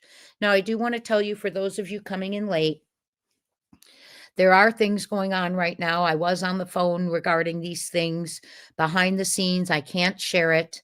What I can tell you is we might be getting close. And if indeed we are getting close to what I was talking with, which I really can't give, we don't want to give information because we wouldn't want someone to move Sebastian. If indeed this does produce Sebastian, I want to prepare you that it would be a recovery for where they are going to be searching. That I just want to prepare that for you. Okay. So, do we have any evidence that that will produce him? Absolutely not. Do we have any evidence Sebastian is not with us? Absolutely not. But we have to check out certain areas, and there's some certain areas that make sense, and I'm going to go over them and when I'm talking about step nothing, because he's connected them for me. Marie says, Jay, you should be a private investigator. I would have loved to have been in my former life, my friend. I really would have been. Thank you, though, for that compliment. Excuse me 1 second. I need to get a drink from my water bottle. Holly, thank you so much for your sweet donation to the channel. I will put it towards production and equipment costs. Thank you so much for the $1.99.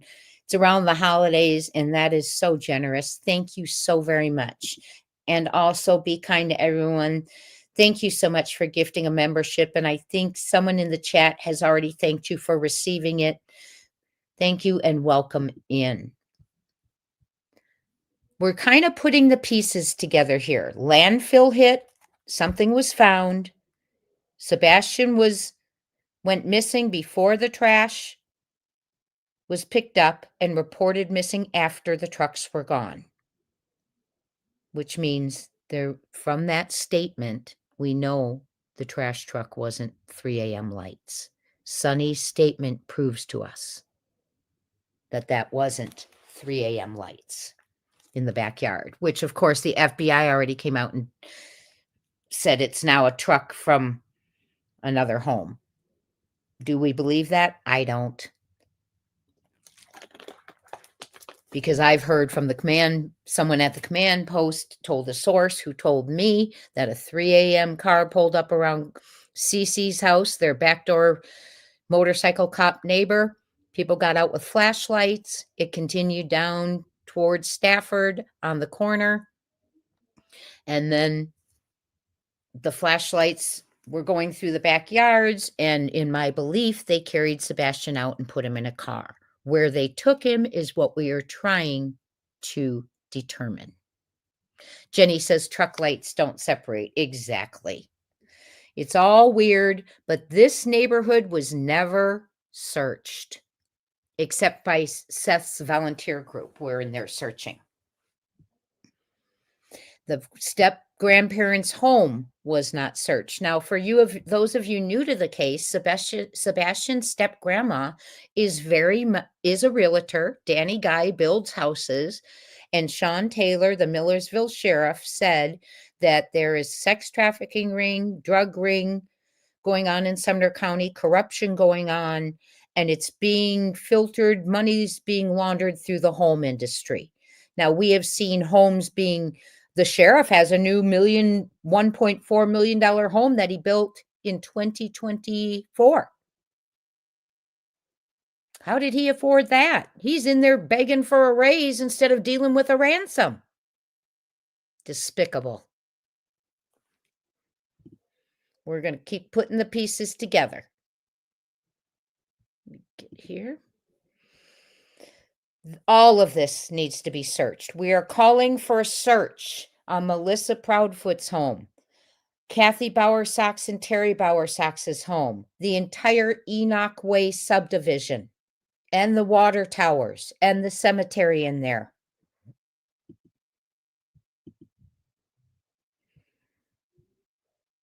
Ooh.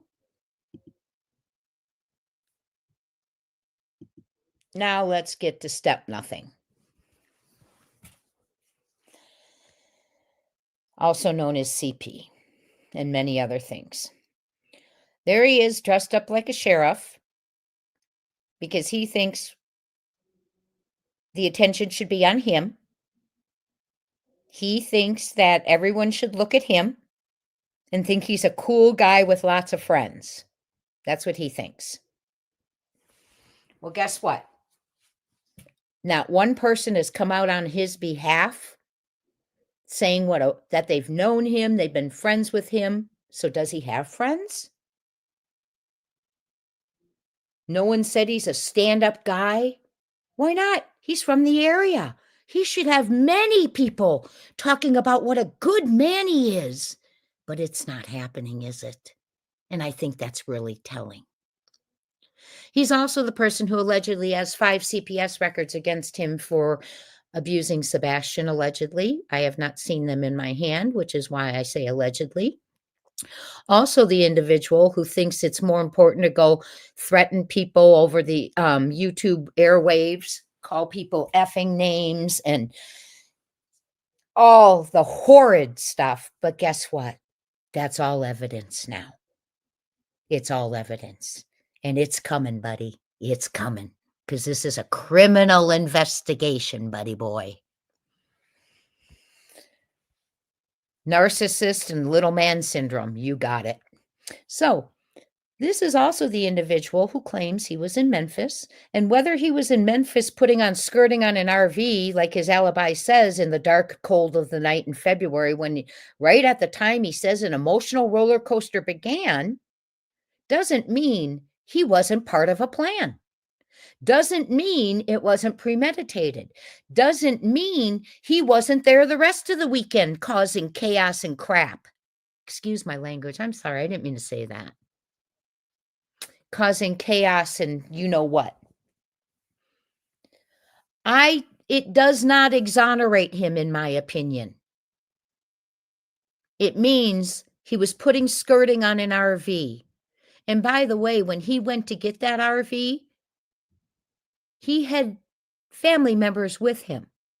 Now, he can set up an RV, live in an RV park for months and months, doesn't put up the skirting, doesn't need help setting up, but he needs someone out there with him to break down his RV when the child's missing. So he takes away people who could potentially be searching or supporting a supposed to be grieving mother.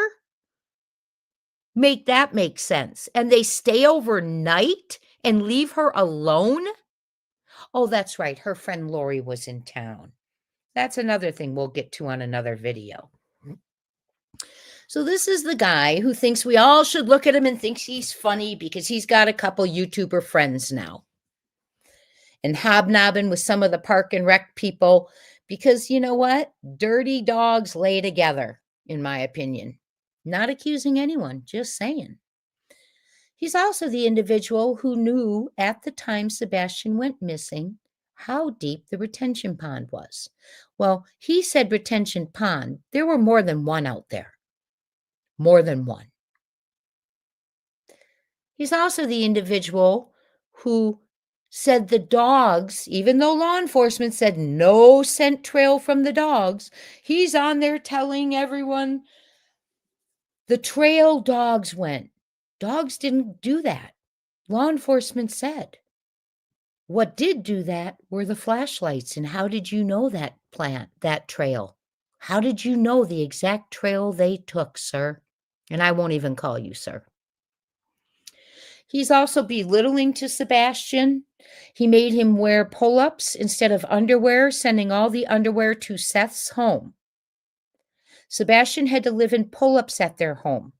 He got so mad that he would wet the bed that he said the house smelled of PISS and made him sleep in the garage, according to sources alleged. I say alleged, you all, because I wasn't there, okay? So that's why I'm saying that. Who makes a child sleep in the garage? Just a monster. Where's Sebastian's mattress now? Where's that smelly mattress and smelly mattress pad? I'm getting to it. He's also the person who has a custody case going on, and just days after Sebastian was going missing, was supposed to be in court for that custody case. Well, don't forget, just days before Sebastian went missing, CPS visited the house on Stafford Court again. And not one part of me believes they scolded Sebastian for lying, but he was caught because he said, yeah, the one who came to the house, she'd already been there. Yeah, because you had numerous reports. But I don't believe they scolded Sebastian when they took him outside. I think they told the person who it was against, they scolded him so he would have confidence in not take it out on Sebastian, in my opinion. And then he says, and he thought he was going to get me kicked out of my own house. Boom, there's your motive. That and the custody case is your motive, in my opinion. He also had an opportunity to enter the unlocked house, but apparently he was not there between 8 and after midnight. Does not mean he didn't show up after midnight, but it does, because he was at 5:15 in the crane, allegedly. Now, remember, another creator talked to someone else and had some different information than the supervisor provided in the alibi audio. How did he know the retention pond was knee-deep on him when Sebastian went missing, but didn't know now how deep it was? That was his conversation. Now back then he said, but I don't know what it is now. But why would he know the day Sebastian went missing how deep that retention pond was? Were you in there? Step Nothing, were you in there? Was he wading around in there, my friends? He's also the one, you're right. Thank you, Michelle. He had the bite marks on the forearms. Those were not animals. Animals are puncture marks and tears. Those were rectangular teeth marks. I'm sure hope law enforcement took care of that. I sure hope law enforcement took care of that. Did they photograph it? Do you have confidence they did? I don't. Do you have confidence they measured the mouth, then went and got dental records and measured them against Sebastian's mouth? I don't. I could be wrong. Oh, hi, Jules to Callie. We've missed you. Oh, my goodness. You are so sweet. Thank you for the $20 donation. Thank you for all you do. You are so welcome. And thank you, all of you. And that is so sweet, Jules. Thank you. I really appreciate it. Phoenix Rising Fire says, what is the name of that cemetery, please? I found it. I don't think they were happy I reported it on my live, and it is called Shiloh Cemetery.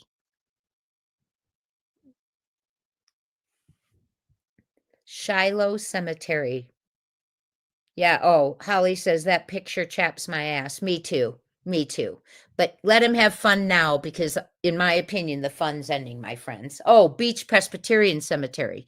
So Sue says. I'm sorry, I thought you meant the cemetery in the Enoch subdivision. Yes.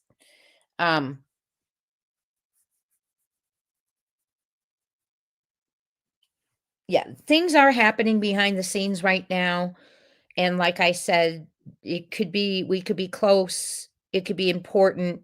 And I think it's this individual, his big mouth is what we're following. So he knew it was up to his knee in his short stature, that the water was up to his knee because he's a little guy. That's why he's got a big mouth, in my opinion. So he's a little guy. So why was he wading around in a pond? What was he looking for? The deepest point?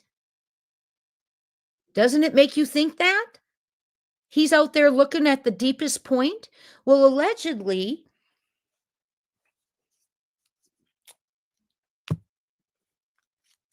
oh, I don't know how to say it. He's out there. What was he doing out there? Looking to see where he could weigh down a body, allegedly. And I'm sorry to be gross, but I don't trust him, in my opinion, because it doesn't prove he's guilty, but his mouth makes us look at him. And if you don't think it's going to make a jury look at him a certain way, when he has to, and everyone's interviewed, or when it goes to trial and people have to speak. I forgot the bite marks on the list, but I did a video on it the other day, and I just mentioned them. Yes, the bite marks. Sam says Littlefoot must chop 3 feet off his trousers.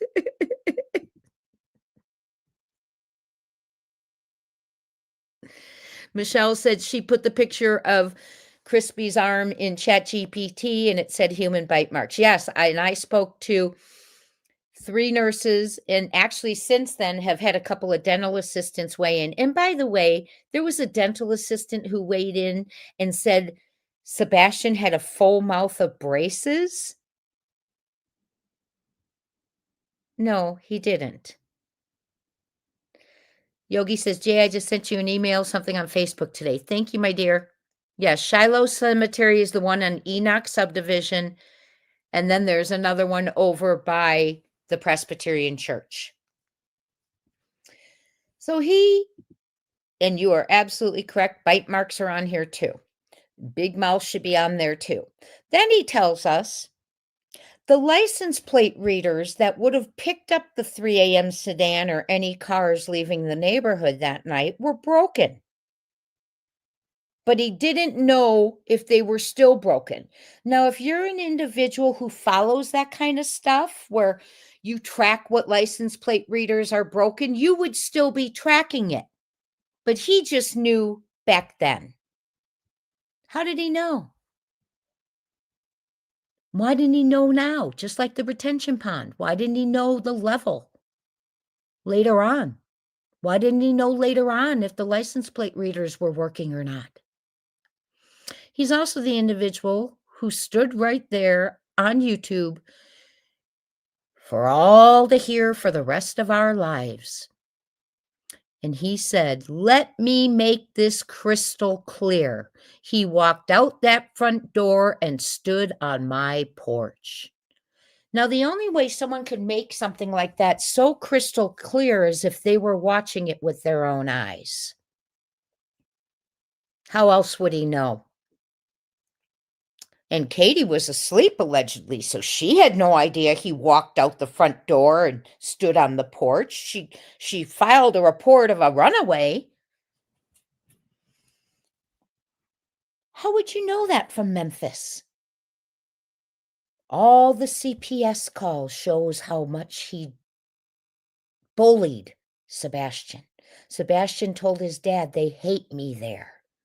That's where Sebastian was living when he wasn't with his dad. So his alibi does not exonerate him, in my opinion. I think this was a premeditated plan. I think we all pretty much think that, but if you don't, it's okay. And I think he was putting on the skirting for the arrival of Sebastian. I think when they all went up to get the RV, they did what they did. They may have moved him to Warsham's storage unit, which is why a dog hit there. A cadaver dog, by the way, hit on unit 10. The family does have a unit there, allegedly. I have a photo of Mama Socks, Kathy, with her Christmas decorations at the storage unit. We'll get to the mattress pad and things as well. All of these things together, and we haven't even gotten to 1/100th of the things that have come out of his mouth since Sebastian went missing. The $1 million question, what if things go south? You're not going to find him ever. When there were sightings, it's not him. He'd say immediately off the kick. How does he know? Because he knows something, in my opinion. Not accusing anyone. It's my opinion. I have a right to it. Step nothing.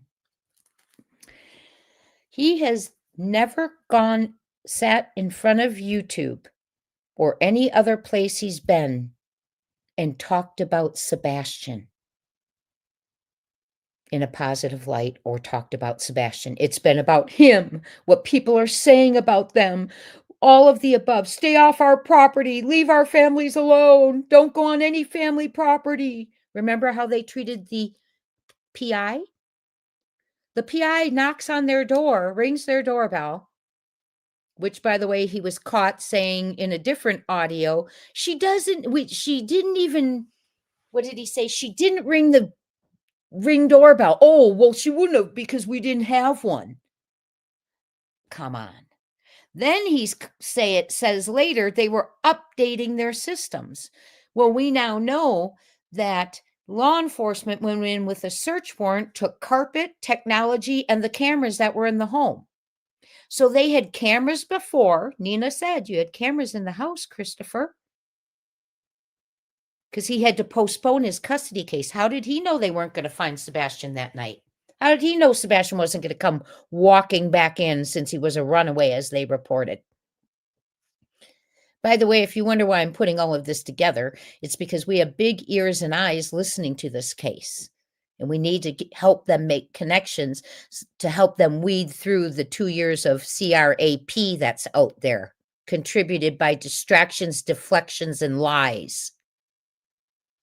By the way, they're absolutely stunned that there is not one narrative that is the same. I'll share that with you. His alibi means nothing to me. He was putting skirting on an RV. He was hiding something. They all drove up to that RV. I believe they did what they did. They took his RV back to the step-grandparents' home. He took the step-grandparents' RV back to Stafford Court because no one knew what RV he had before Sebastian went missing. They took the RV out to Washington, Oregon, or wherever they met up with the person, but it was sold on Facebook Marketplace by Rosenbaum's, Katie's family, in April of 2024. Allegedly, I believe it was $35,000. Now, Rosenbaum's came into my chat or emailed me and said, we did not sell, that is not their RV. Okay, whatever. Yes, because we all tell the truth. They all tell the truth, in my opinion. Amazingly True says, what makes me angry is Katie not even putting posters up of Sebastian or planning searches for her son. In my opinion, CP's family won't allow Katie to look for her son, justice for Sebastian. Well, the rumor is he did not want her to even go to Culver's. Imagine that. Now, if he was worried about chaos, he should have stayed home and sent a bodyguard with her, security. They got the money. But anything honoring Sebastian, he can't stand it. He was so jealous of Sebastian, in my opinion. Hi, Della.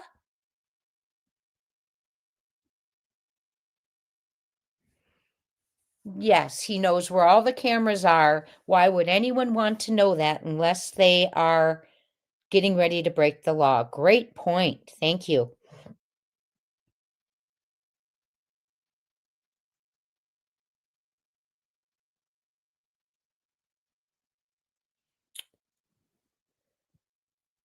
This is a criminal investigation. And make no mistake, in my opinion, he thinks that his alibi and his personality is what's, he's just the funny guy putting up a plate of food on his Facebook titled Chris Proudfoot had nothing to do with this or something like that. I'm paraphrasing, with a big meal in front of him and says, eat your heart out, we are. How insensitive when you don't know your stepson's even eating. Or do you? Allegedly, in my opinion. Went bananas. Thank you, Diane Miller. Went bananas because the billboards were up. Why would that bother him? Why would billboards bother him? They're not talking to him. Or are they? Those billboards were up for the people who were responsible and to let the community know and the world nation know, because they were everywhere, that Sebastian wasn't home and that he wasn't a runaway. Why would that bother him? He went ballistic. Very, very, very strange behavior. But he may have the local law enforcement not looking at him. You know, he calls them by their first names. He was in the Navy. Craddock was in the Navy. They grew up there. But that doesn't mean the people from the White House, Homeland Security, other places aren't looking at him, aren't looking at all of them. The hand interview. Yep, another weird. They're just odd. Yes, the hand interview. Oh my gosh, we need to pull that back out of the archives, don't we? That is just weird. So I think when they take everything like this, including things like the bites, the alibi, the putting the skirting on to hide the lower part of the RV, in the dark of night, the night he said an emotional roller coaster began at home. I think you can pretty well expect eyes are on him. He knew the level of the water, that the license plate readers were out. Crystal clear. He walked out my front door and stood on the porch. Well, you weren't there, so why are you even inserting that? Because it was important that he did. Yeah, he didn't tell work that Sebastian went missing right away. Very strange, probably because when you have a certain reputation, there's certain things you don't want to say when they're crimes. I mean, not one person. He grew up there. He's not liked. There's no friends. He's my childhood friend and he's a great guy. No, we've had, on the contrary, people come out and say the opposite. Where's his friends that he grew up with? Because that's a huge red flag if he has none. Except the recent friends he's made. Because he thinks he's a star. I wish they would bring the U.S. Marshals in too, Frank. But you know what? Well, I'll say it again. That has to be Eric Craddock. And with the shoddy investigation, with no crime scene tape, no forensics, no luminol, no searching of all the family's homes, he's not going to do that because that's what we know of. Imagine what wasn't done and the embarrassment he would have to tell other law enforcement professionals who are dedicated. Oh, I didn't do that. I didn't do that. We didn't do that. We didn't do this. We haven't done that. Neighbors didn't even know a child lived there. Now, if you have a child who doesn't have friends, why don't you, and he loves playgrounds, why don't you have a playground in your backyard? Why are there no pictures of Chris and Sebastian after they got married? He says, whenever asked when they got married, here's another one, the big lie. He says, that's not important. I was in his life, half his life. Well, guess what? You didn't want to share you got married in February of either 21 or 22 because that showed, in my opinion, I think they moved out of Gallatin because sometimes people, and I'm just going to say it, I'm not accusing, I don't know this, but sometimes people move to avoid CPS from one county to another, one area to another. They got married, they moved into Hendersonville, And all the photos are from but when they were dating, of him and Katie and Sebastian. We've yet to see a photo after marriage. Sometimes that makes me wonder, what happened? You know what I think happened when you have a little man with a big ego? Oh, I'm sorry. I didn't mean to say that. Yeah, I did.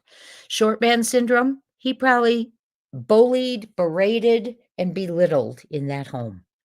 There wasn't a relationship.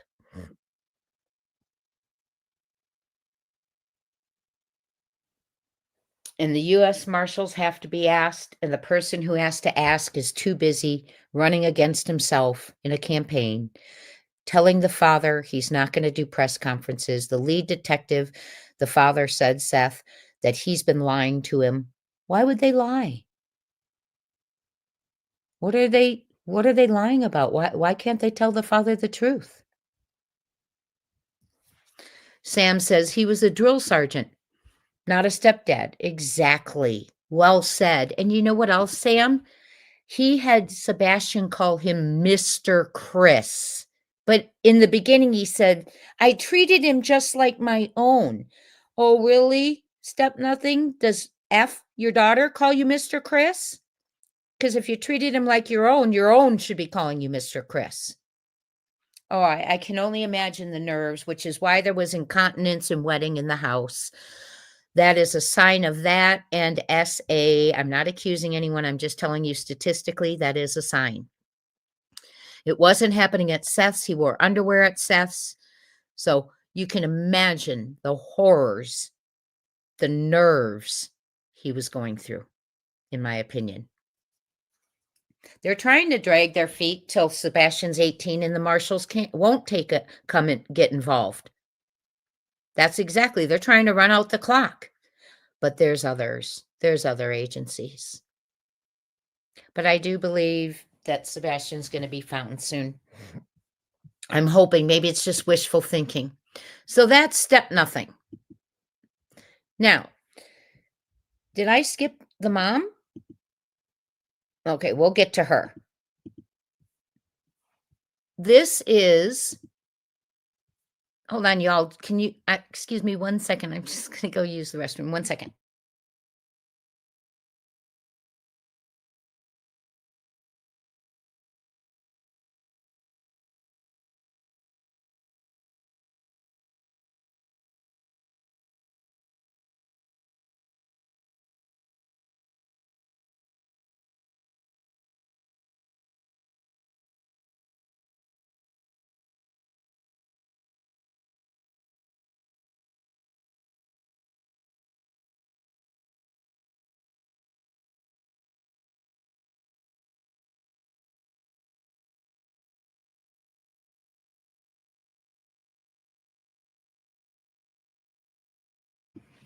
Sorry, friends.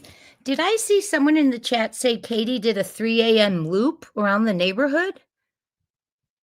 Hold on, let me go back to that. Because if that's on surveillance, then Brandon Carter is not telling the truth when he put in the FBI update from September that Katie and Sebastian got home from the Texas Roadhouse and no cars were seen coming or going from the home. So if you have proof of that, I would love to see that.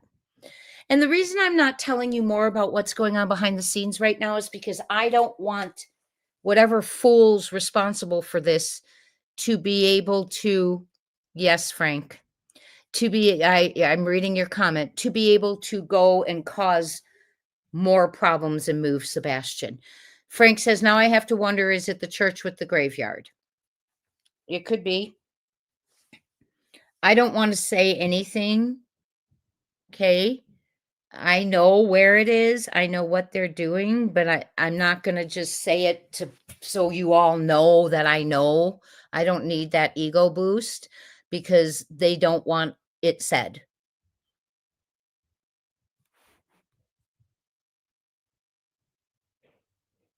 Yep. Jules to Kelly. Does anyone know if CP said if you knew what he's been doing, nobody would be looking for him? Yes. What he was trying to do was take Sebastian's trauma, what happened under their watch in California, not Seth's watch. Again, step nothing in KP's. He was SA'd by another child who is much older than he was, according to Seth. Okay. And so what they were trying to do is, I just lost the comment I was looking at. Oh, okay. He was trying to make it look like Sebastian was a pedo instead of a victim. He was trying to, again, the person is missing, the child who is missing, and he doesn't have a nice thing to say. That is evidence, in my opinion, and it is going to come back because he's blabbed himself all over the internet waves. So here we are. And I want to talk to you all about this. And my next slide does have the other cemetery in it. Okay. When the initial search went on, remember, he's also the one who said the dog, followed the flashlight trail. Well, that wasn't a dog trail. It was a flashlight trail. What I do want to do real quick, though, is come back to the chat. Sorry. And see that 3 a.m. comment. And Pat Wick says someone is taking all of the flyers down here in Portland. They are telling people he's been found. That's a horrible thing to do. Portland, Tennessee, where the sign for Freedom Church was in someone's yard. Wow, that is disgusting. Frank says, in my opinion, Craddock can't find him or he will break the contract and have to pay full price for his house. Amen. Allegedly. I'm looking for the comment about 3 a.m. Well, if indeed she's caught, and please email me where you got that information. I'm pretty sure I know where you got it, but just email me a timestamp so I can look at that. Because if she was caught on camera doing a 3 a.m. loop, then someone's not telling the truth because they looked at all the footage. They didn't ever ask for the public to help identify the sedan. They didn't put it as a Amber Alert description of a vehicle. And he has in the FBI update that no cars came and went from that home after they got home from Texas Roadhouse. So that would be a bold-faced mistruth. Not only that, when they were searching this construction area the day Sebastian went missing, the lead at the time was Eric Craddock, the lead detective on this. He didn't even stop the trucks from moving around the construction site. Dogs are hitting in a pond, and he's got trucks running and moving dirt and digging. In my opinion, Sebastian is close to home. And that's why they don't want people on their property. They don't want people around. People come in the neighborhood. They try and chase him off because he's close to home. I believe Sebastian is in the neighborhood. He's either in that house because he never left, or he's been put somewhere in the neighborhood. This construction area is a huge area of construction, or huge area of suspicion, in my opinion, as is the next slide I'm going to show you. But they didn't stop the trucks, which again, sources saw it. So there's now people who know they didn't stop the trucks when they were searching with dogs for a missing child. Another embarrassing reason he may not be calling in the marshals. And the stepfather knowing the water level, not only did it's not like he said it's about 2 feet deep. He said up to me, on me, it was up to my knees. Now think about that. Not even smart enough to say, 2 feet, 1 feet. On me, it was up to my knees. I believe he was wading into the retention pond and wearing Sebastian's shoes, in my opinion. I really do. And I'm not accusing, I'm theorizing for entertainment purposes only. And I think that's why the dog jumped in there, because he smelled Sebastian's shoes. but I don't think it was Sebastian in that one retention pond where Max hit. Now, remember when we talked about the secret cemetery, and I want to go back because we had a big conversation about this secret cemetery when we found it. Here it is. Remember when we talked about why wasn't that searched? Well, this is the gate, and you can see it because it's trimmed back, but now it's completely covered. So you can't see it. So unless they told, if I had a child missing or my parents knew my child was missing and they lived in a neighborhood with a secret cemetery, my parents would say, please check the cemetery. But the Bowersox probably didn't. Please check that hidden cemetery. He could have been buried. Now, I don't mean to be gross. We talked about this before anyway. He could have been buried with another body. Remember we talked about that?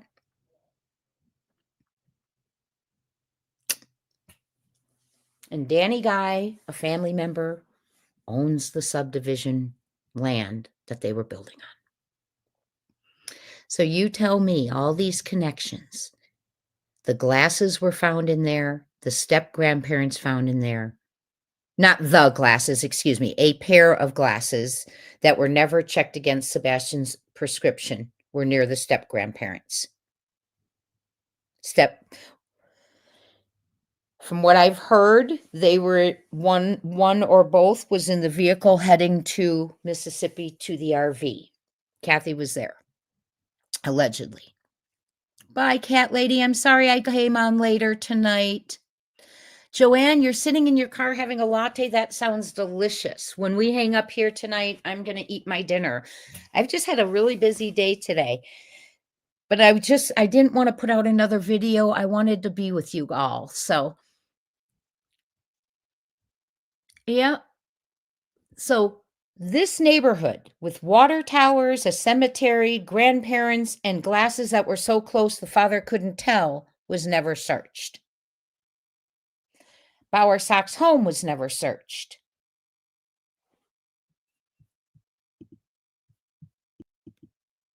Then we go to their home. They don't want anyone on the property, near the property, get off the property. And that was day one. I mean, they ran neighbors off. They told, you know who my mom is. That's how he lives. A 40-year-old man approaches people and says, you should know who my mom is. Ugh. I just got vomit in my mouth. Excuse me. I mean, stay away from our property. They didn't do luminol, he said. But Sonny said, Sonny Weatherford, the sheriff before Krapik, said, we saw him go in and he never came out. So we took sonar. What did they call it? I'm so bad with that. Heat radiating sonar to check the walls. But according to Step Nothing, they didn't do fingerprints, and we know they didn't put up crime scene tape. They treated it like a missing or a runaway, and they're always supposed to approach like it's a crime. So that way, if it is a crime, they have the evidence they need and it's preserved. They didn't even go to Warshams, and I'll get to Warshams in a minute here. I'm trying to hurry you all.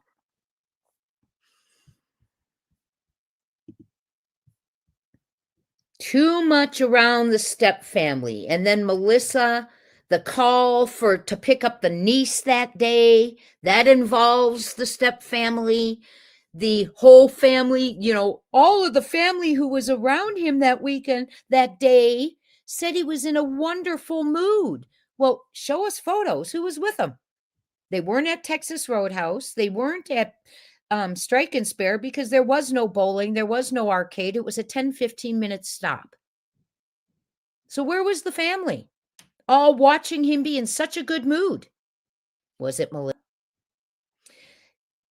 You saw how she acted when he told Melissa's daughter, get that number. She doesn't have to do that. Imagine if there was an argument between two kids. She'd go ballistic. in my opinion. So much. And then in the grandparents' neighborhood, the alleged glasses that are so close, a secret cemetery, their house not searched. And now and then they didn't stop the trucks. The step nothing father, he knew the exact path of the flashlights and tried to pretend that was the trail dogs tracked. That's not true.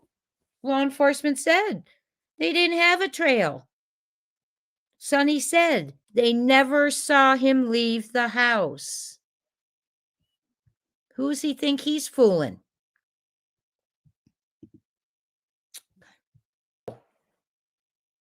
I thought I had, here is the Presbyterian Beach Presbyterian Church. There is a cemetery there for those of you who are talking in the chat. Okay, yes, there is.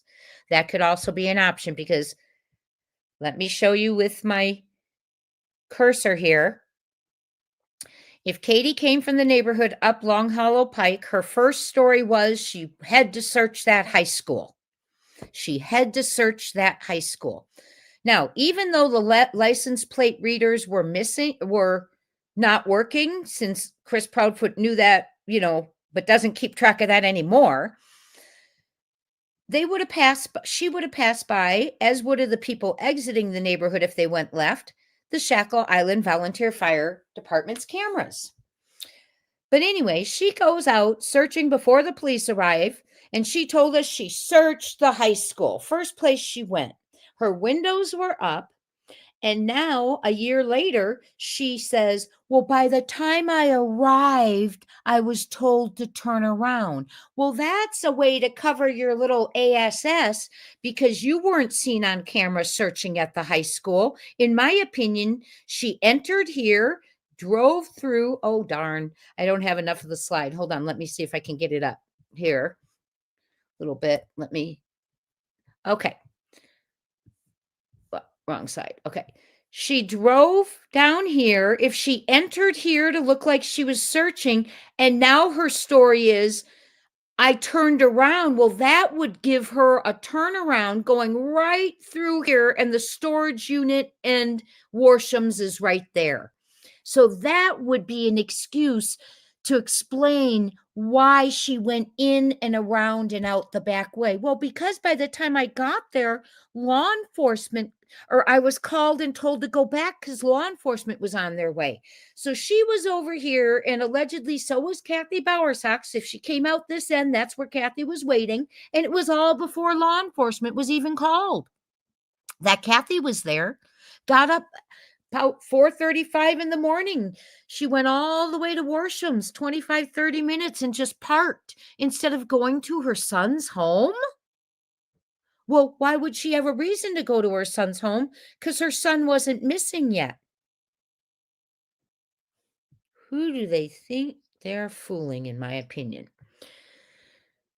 There's a cemetery in here as well. Now, I know that you all do now know that there was images looking like two people carrying something wrapped in a blanket. Yeah, not enough for a grand jury, exactly. But I think that's why Whitley got out. District Attorney Whitley, after 40 years of complacency and serving, in my opinion, got the heck out with 3 weeks' notice.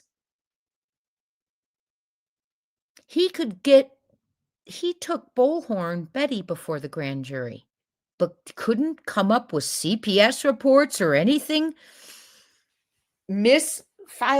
Misleading reports of a missing child, none of the above.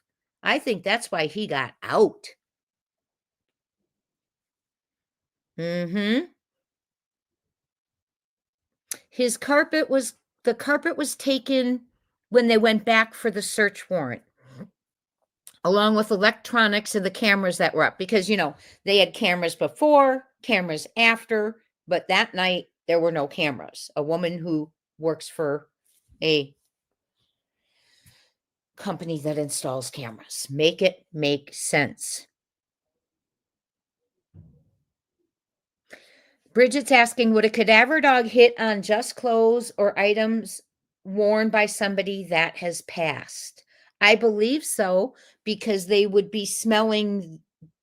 There's, and I don't know how to explain it. I've looked it up before.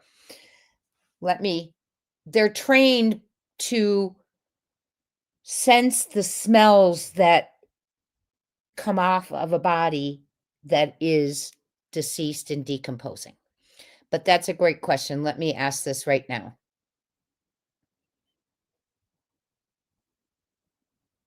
Would cadaver dogs hit on clothes a dead person was wearing when dead? Yes, they would. Cadaver dogs can and do hit alert on clothes that a deceased person was wearing, even if the body has been removed. Textiles absorb and retain the specific volatile organic compounds associated with human decomposition, which the dogs are trained to detect. So, scent absorption in the clothes. Neighborhood, there's a cemetery where Katie was out driving that morning. So, yes, he could have been buried with another body, in my opinion. Okay. I just feel that. We talked about that over a year ago when we found the secret cemetery. We talked about that. Crazy Country Gal says, I pray for a Christmas miracle. Please, God, bring Sebastian home to Seth. Yes, please. Because what I will tell you honestly, what's happening right now, or not right this second, but what's going on would be a recovery. And I'm praying he's found, but I'm praying it's not. You know how it is. Okay, Yogi. Do you mean right now? Let me look, my friend. Let me look. Hold on, my friends. I'm pausing for a second. Is it under Yogi? I don't have anything from a Yogi.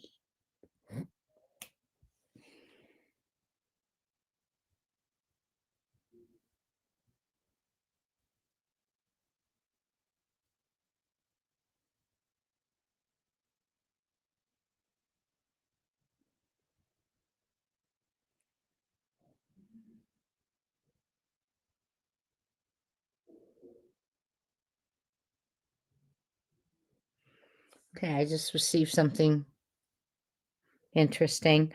Okay, I'm looking, Yogi. I don't know. I don't see anything. Yogi, I don't know which one you're talking about. Is it where it says look into Vic? Is that it, Yogi?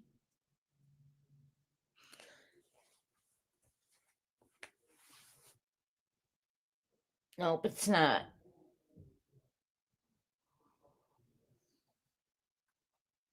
Interesting. Well, I'll read this one after. That's from where I'm from.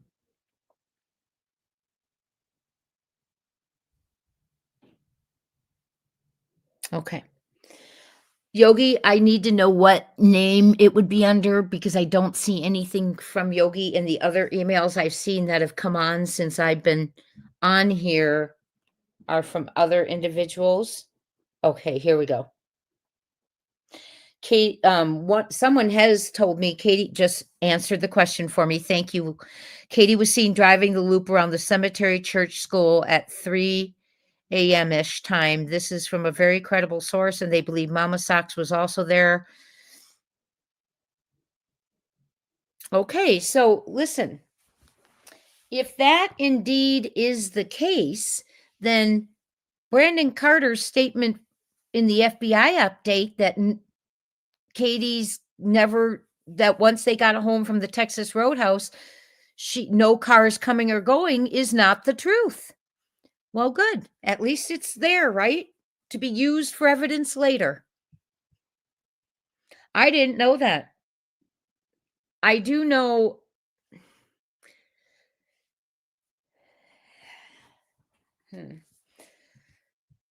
Let's just keep going. So, this good old loop, which could have meant Mama Sox was out there earlier than 5 a.m. and waiting for something. Waiting to go to the house once he was reported missing, allegedly, possibly. Now we're going to talk about mom.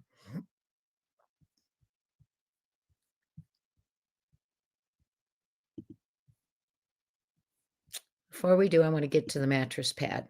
So in this huge search, they didn't search the Bowersox home. They didn't search Melissa's home. They didn't search Melissa's car. They didn't search the Bowersox cars. They didn't search Danny Guy's homes or cars. We are calling for every family property vehicle to be searched and the Proudfoot's home to be researched. And that may not be needed, but we could be getting close, but let's just keep going. This was found in the brush between Worsham's and Beach Storage Unit, May 13th. Now, law enforcement, even though that was in their search radius, Worsham's, and that is where they were being told Mama Sox was sitting, it didn't send off a red alert to go grab the footage that they dutifully are required to do as law enforcement. Preserve evidence. They didn't go there. This mattress pad was found at Worsham's. It was turned over and lost, misplaced. Geez, shocker. And also, it has a tag on it. And I wish I had put the label. I wish I had grabbed the label for you. It had a label on it showing that it is a mattress pad for special needs children, children with autism and things, sensory issues. They didn't get there. And now this too has disappeared. But there are so many eyewitnesses to all of this. When someone actually cracks the case, all these people are going to be held accountable for what they said isn't true. And the lack of preservation of camera footage. They didn't even get the footage from the Texas Roadhouse. And yes, I know that firsthand. Brandon Carter went there, dropped off his card, and never returned a phone call or showed back up for the footage. So what they did is, because they saw some sketchy things going on that night, when they watched it, they saved it on their own. Because some people care about an Amber Alert child who is missing. And he is still missing. He was 15 when he was reported missing and is now 17 years old. And if indeed they do have her on camera footage doing that loop,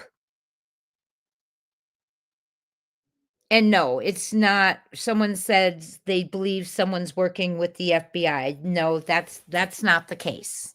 That is not the case. But it is it's good sources, yes, but it's not who you're thinking it is. Okay. So they have a lot of stuff that is leading them to certain areas. And pretty much, sorry, there's a game going on. Everyone's cheering. Pretty much, in my opinion, the mother, sorry, I called her stepmother, and the step-nothing, the way they've conducted themselves in law enforcement is why everyone dug so deep.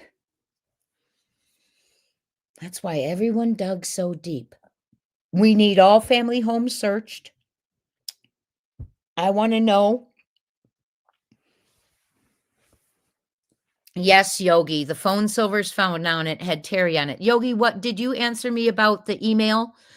You guys, if you emailed me, make sure you put your YouTube handle so I know who you are. Hi, Marco in 6356. Good to see you. Oh, Mark Klein. Why did I read that so weird? Mark, it's good to see you. Hi, Donna. Hello, everyone. So I'm a nervous wreck right now because I'm praying he's found, but I'm praying he's not because it will be a recovery. But if indeed he's found in the area we think he could be, it would be a recovery. And believe me, if that were to happen, certain individuals are going to be running for their lives.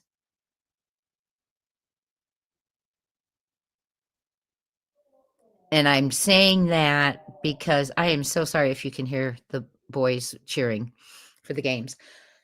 And that is because someone's myths, truths, and step nothing's big mouth, in my opinion. Okay? I'm trying to be as respectful as I can about the information, but let you know there is something going on. Okay? Details that I can't say, but I want you to feel nervous, step nothing. Anyone who's involved in this, I want you to feel nervous. Because right now, while you're sleeping, you just don't know, or you're preparing for bed or getting ready to go on YouTube and think people care that you're talking. Something might be happening that you don't like, sir.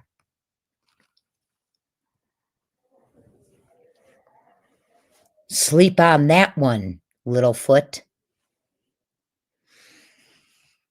So with all the searching, I want all of the family properties searching. I am making some phone calls tomorrow. I know that there has been, like, if you watched my video today, if you didn't, there were 2 out, one of which is about the task force in Memphis. I kept researching on that and found 2 names of individuals who help search for missing children, and I am going to reach out to them. You better believe I am, and ask them if they are able to, because they work with the marshals, ask them if they are able to get search warrants and search family homes and search the water towers, the secret cemetery in Enoch Way, and many other places, the retention ponds, where the homes were being built in that construction zone. Everything needs to be researched, because when you don't stop the trucks, come on. I mean, come on. I'm nervous too, Janet. I'm not sure I'm going to sleep tonight, but I'm nervous. So, but it's really good to see you all with all of that search area that they had here. Oh, and let's not forget the tattoo with a heart and a cross. That's terrifying to me, because that is in memory of. And if you were expecting your child to come home, you wouldn't put an in memoriam tattoo on your arm, in my opinion.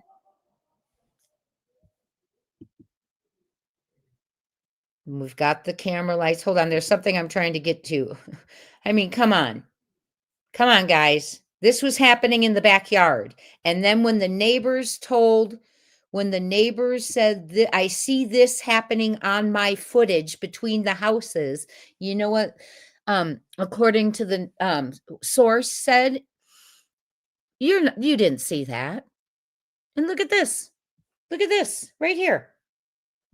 Look at this one in the red and purple. And that's because the lighting's been changed. Look at this right here. Look at that individual. Looks like they're wearing a hoodie, doesn't it? Who had a hoodie on that night? KP had a hoodie on at the Texas Roadhouse. Who's this? Look at this dark hair.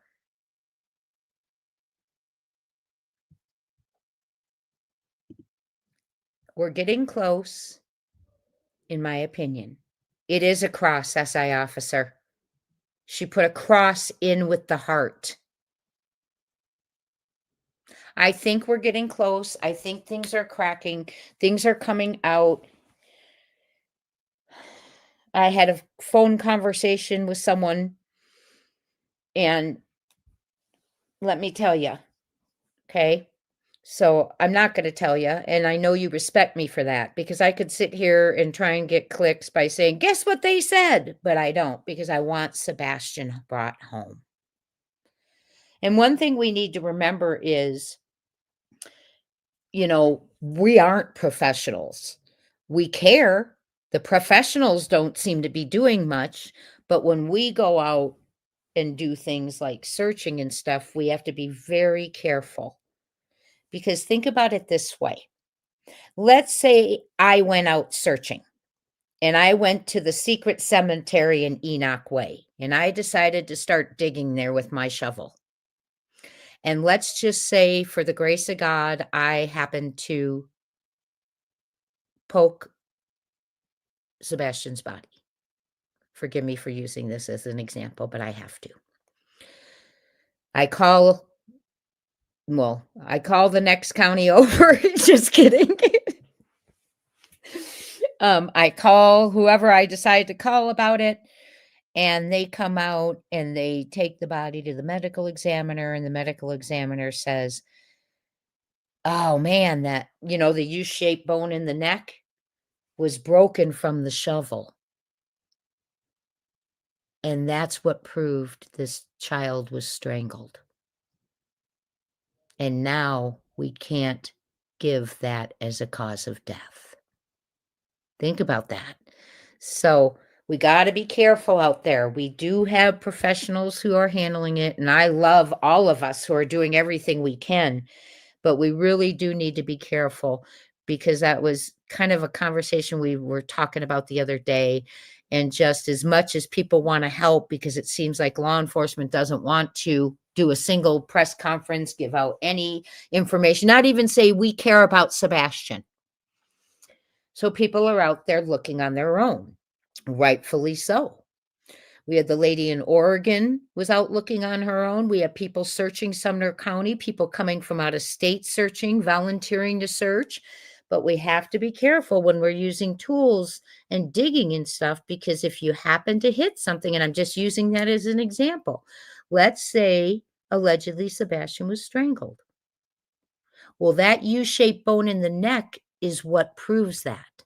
It's what shows that. And let's say a shovel hit that bone and broke it, then we can't give strangulation as a cause of death, and it could curtail justice. So I'm just saying, let's be careful. Make sure if you do go out that you have a certified search and rescue person with you. Please. Because as much as we want to help, we don't want to harm justice. Thank you. Michelle said the hyoid bone. Excuse me, I can't talk today. We don't ever want to curtail justice, because we're here for the right reasons, and that's to bring Sebastian home. And one thing we will do and not tolerate ever is silence, power, and money to become more important than children's lives in our country, in our world. We will call out your corruption if it exists. We will call out misreporting, lies about where you were. And we're not going to put up for it. But what we are doing, for those who are listening, we do ask and letting you know that the step-grandparents' home in Gallatin was never searched. Their neighborhood was not searched. A pair of glasses looking so much like Sebastian's that the father wasn't sure were found just a few houses away, and water towers are there, and they never searched. And there's also a secret cemetery in there. We are calling for that home to be searched. We are calling for Melissa Proudfoot's home to be searched because of the way she publicly speaks of Sebastian. Hold on one second, y'all. I want to show you Melissa again for those of you who missed. And yes, Mom, she hasn't told one thing the same. She doesn't do interviews. She comes out when she feels she has to. I told you I'd be graceful on her birthday because Sebastian needed to hear from his mom if he was watching. But you know what? Get yourself out of the house and look for your son. And how about you give one timeline, one story, and it shouldn't be a story, it should be a truth. You're searching with your windows up. Your mother-in-law allegedly is out there. Now we're hearing you're doing the loop at 3 a.m. and Brandon Carter in the FBI update is saying no car came and went from there, from the house once they got home from Texas Roadhouse. They are all going to be in a whole bunch of trouble. And now I tell you, my friends, that is why they're not calling the marshals in.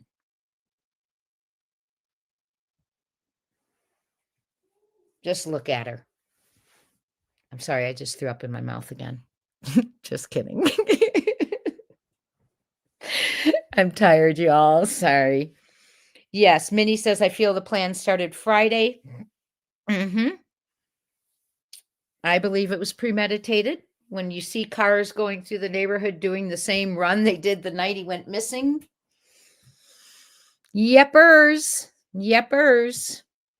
But things are happening. I'm nervous. I'm hopeful, but bittersweet hope. I had a conversation with the actual individuals who are doing what might be done. I don't want to give anything away.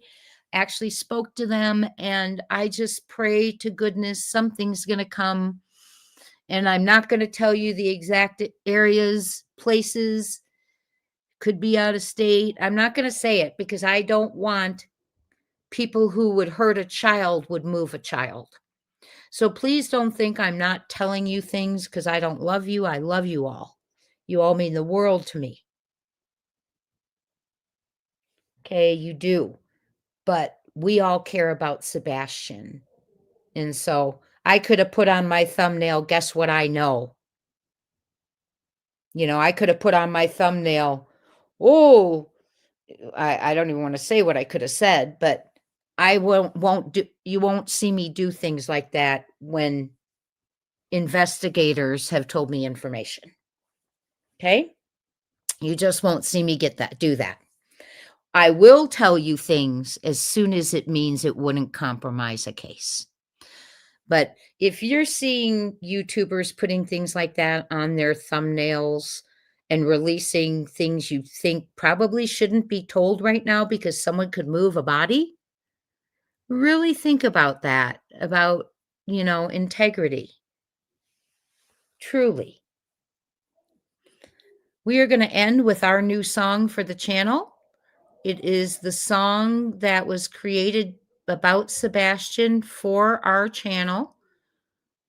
Copyright, so if anyone else plans to use it, don't. And it was created by our friend Seashore Annie. Please put the link in the chat. Sorry, I'm trying to pull it up because I had pulled up. And don't forget to check those community posts. 3 clues are out about the surprise announcement. 3 clues are already out. And Yogi, please let me know. Please let me know which email. I only have 3 emails from when I.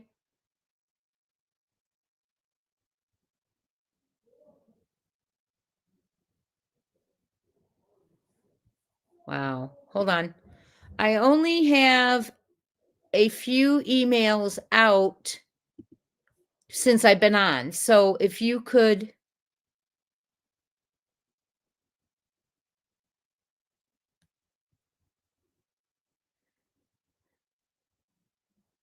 let me know which one. I see a lot of important stuff coming in, or 2, I have 3 very important emails, but they're not from you, Yogi. So if you could tell me, email me again, let me know this is Yogi so I know it's you, my friend, because I don't want to miss it. Also, Dan, know that I am working on your theory and kind of aligns with what I'm on the edge of my seat about tonight. Let's leave it at that. Okay, I just want you to know that. And I'm going to go here. We're going to go to this song. I'm going to share this tab with you. This song was created. We're going to light up the chat in green for Sebastian. Thank you all. Thank you. Be kind. Everyone says thank you all for joining us tonight. Let's light it up green. Absolutely. We are ending with the song that Seashore Annie created for our channel. We do have copyrights to it. It is not to be played on other channels. This is for us, and it is so good. She wrote the lyrics. She created the music. It's amazing. None of it's me. So thank you, Seashore Annie. Please sub up to her channel and let's fill it with green for Sebastian Wayne Drake Rogers.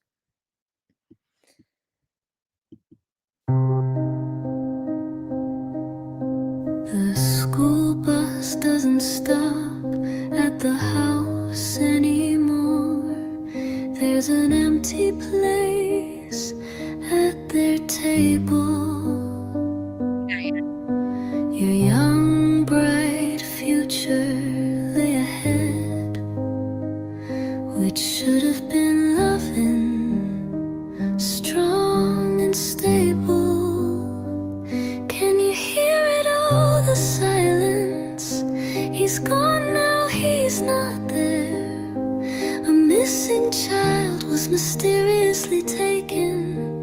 The neighbors are filled with fear. Can you hear it all, the silence? He's gone now. Oh, it did it again. Sorry, y'all. Hold on. It's going to make me start it over. Hold on. Sorry.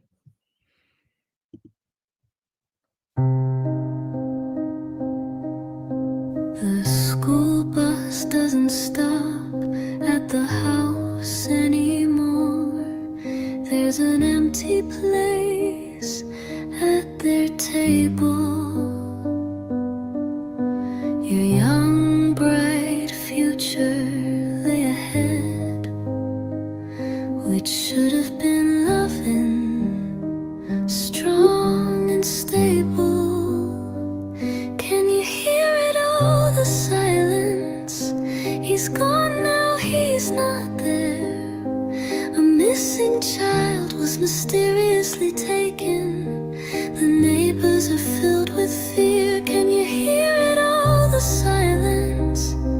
He's gone now, he's not there. A missing child was stolen. Neighbors filled with fear.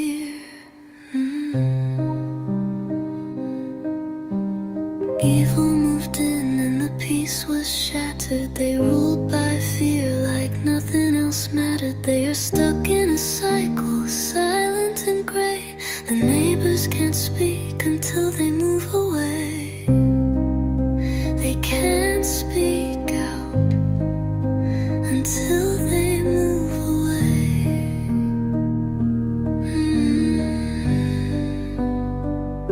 Their beautiful homes are now a freak show. Cherished privacy, a thing of the past. Monsters moved in, are their children safe? How long will this nightmare last? Call 911, how can we help you?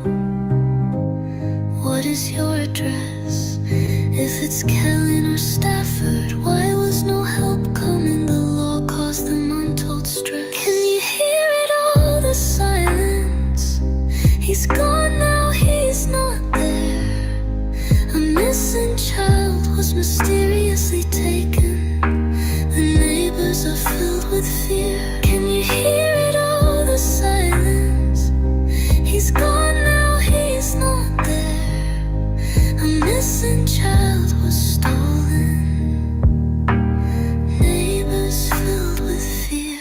We feel invisible to the sheriff. Sumner County, can you see? Why did you turn your back on us? We're the innocent ones, you and me. You serve and protect for all but us. Sheriff, why is this? Is it because we know more than you'd like us to know? Sheriff, you are taking the piss. We don't see heartbreak, desperation or fear. They lost a child, but nothing is clear. Strangers come searching for your lost son. Did your life really come undone? The ears of the world wait in hope for the sheriff to speak this child's name. The silence from him is deafening.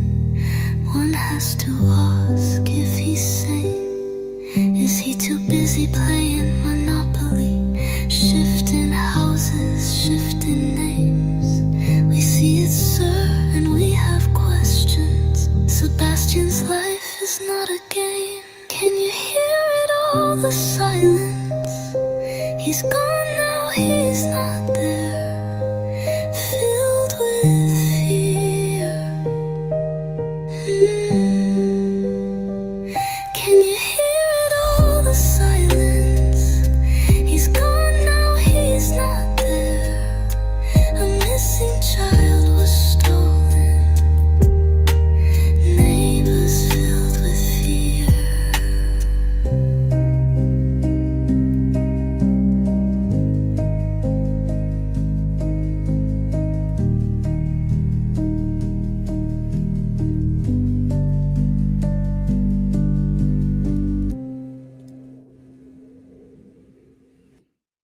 Thank you all so much for being here. We are going to bring him home. Those of you who are telling me you emailed me during the show, I certainly will go check email. I'm going to eat dinner, go to bed, and I will be at it again in the morning. Someone sent me a message about something that occurred. I read it, I see it, and I have questions. I'm going to reach out to you in the morning. I do know that county you're speaking of very well. I come from that county. So that song is beautiful. Thank you, Seashore Annie. Go over and sub up to Seashore Annie. Don't forget to watch the community post for the upcoming surprise announcement. And don't forget, myself, Mr. E, and Nick the Hat will be on panel with Bruce Castor and Joseph Lesniak, and we will be discussing December 30th on Nick's channel. Justice is part of the conversation, and I will go into full depths on that soon. Thank you all for being here. And yes, Sleuth and Sandals, every child matters. Please, God, Karen Power says, please, God, bring Sebastian home to Seth. Amen. Looking forward to seeing all of you again soon. Thank you for being here, Sebastian's Army. Stay safe, and remember, you're not alone. We all have each other. Talk soon, my friends. And by the way, thank you for the Cash Apps as well, the donations, the gifted memberships, and your support. Thank you for everything. And mods, thank you so much for being here to mod and make it such a beautiful, comfortable, safe chat. God bless you all. Justice for Sebastian and all the children. Talk soon, my friends.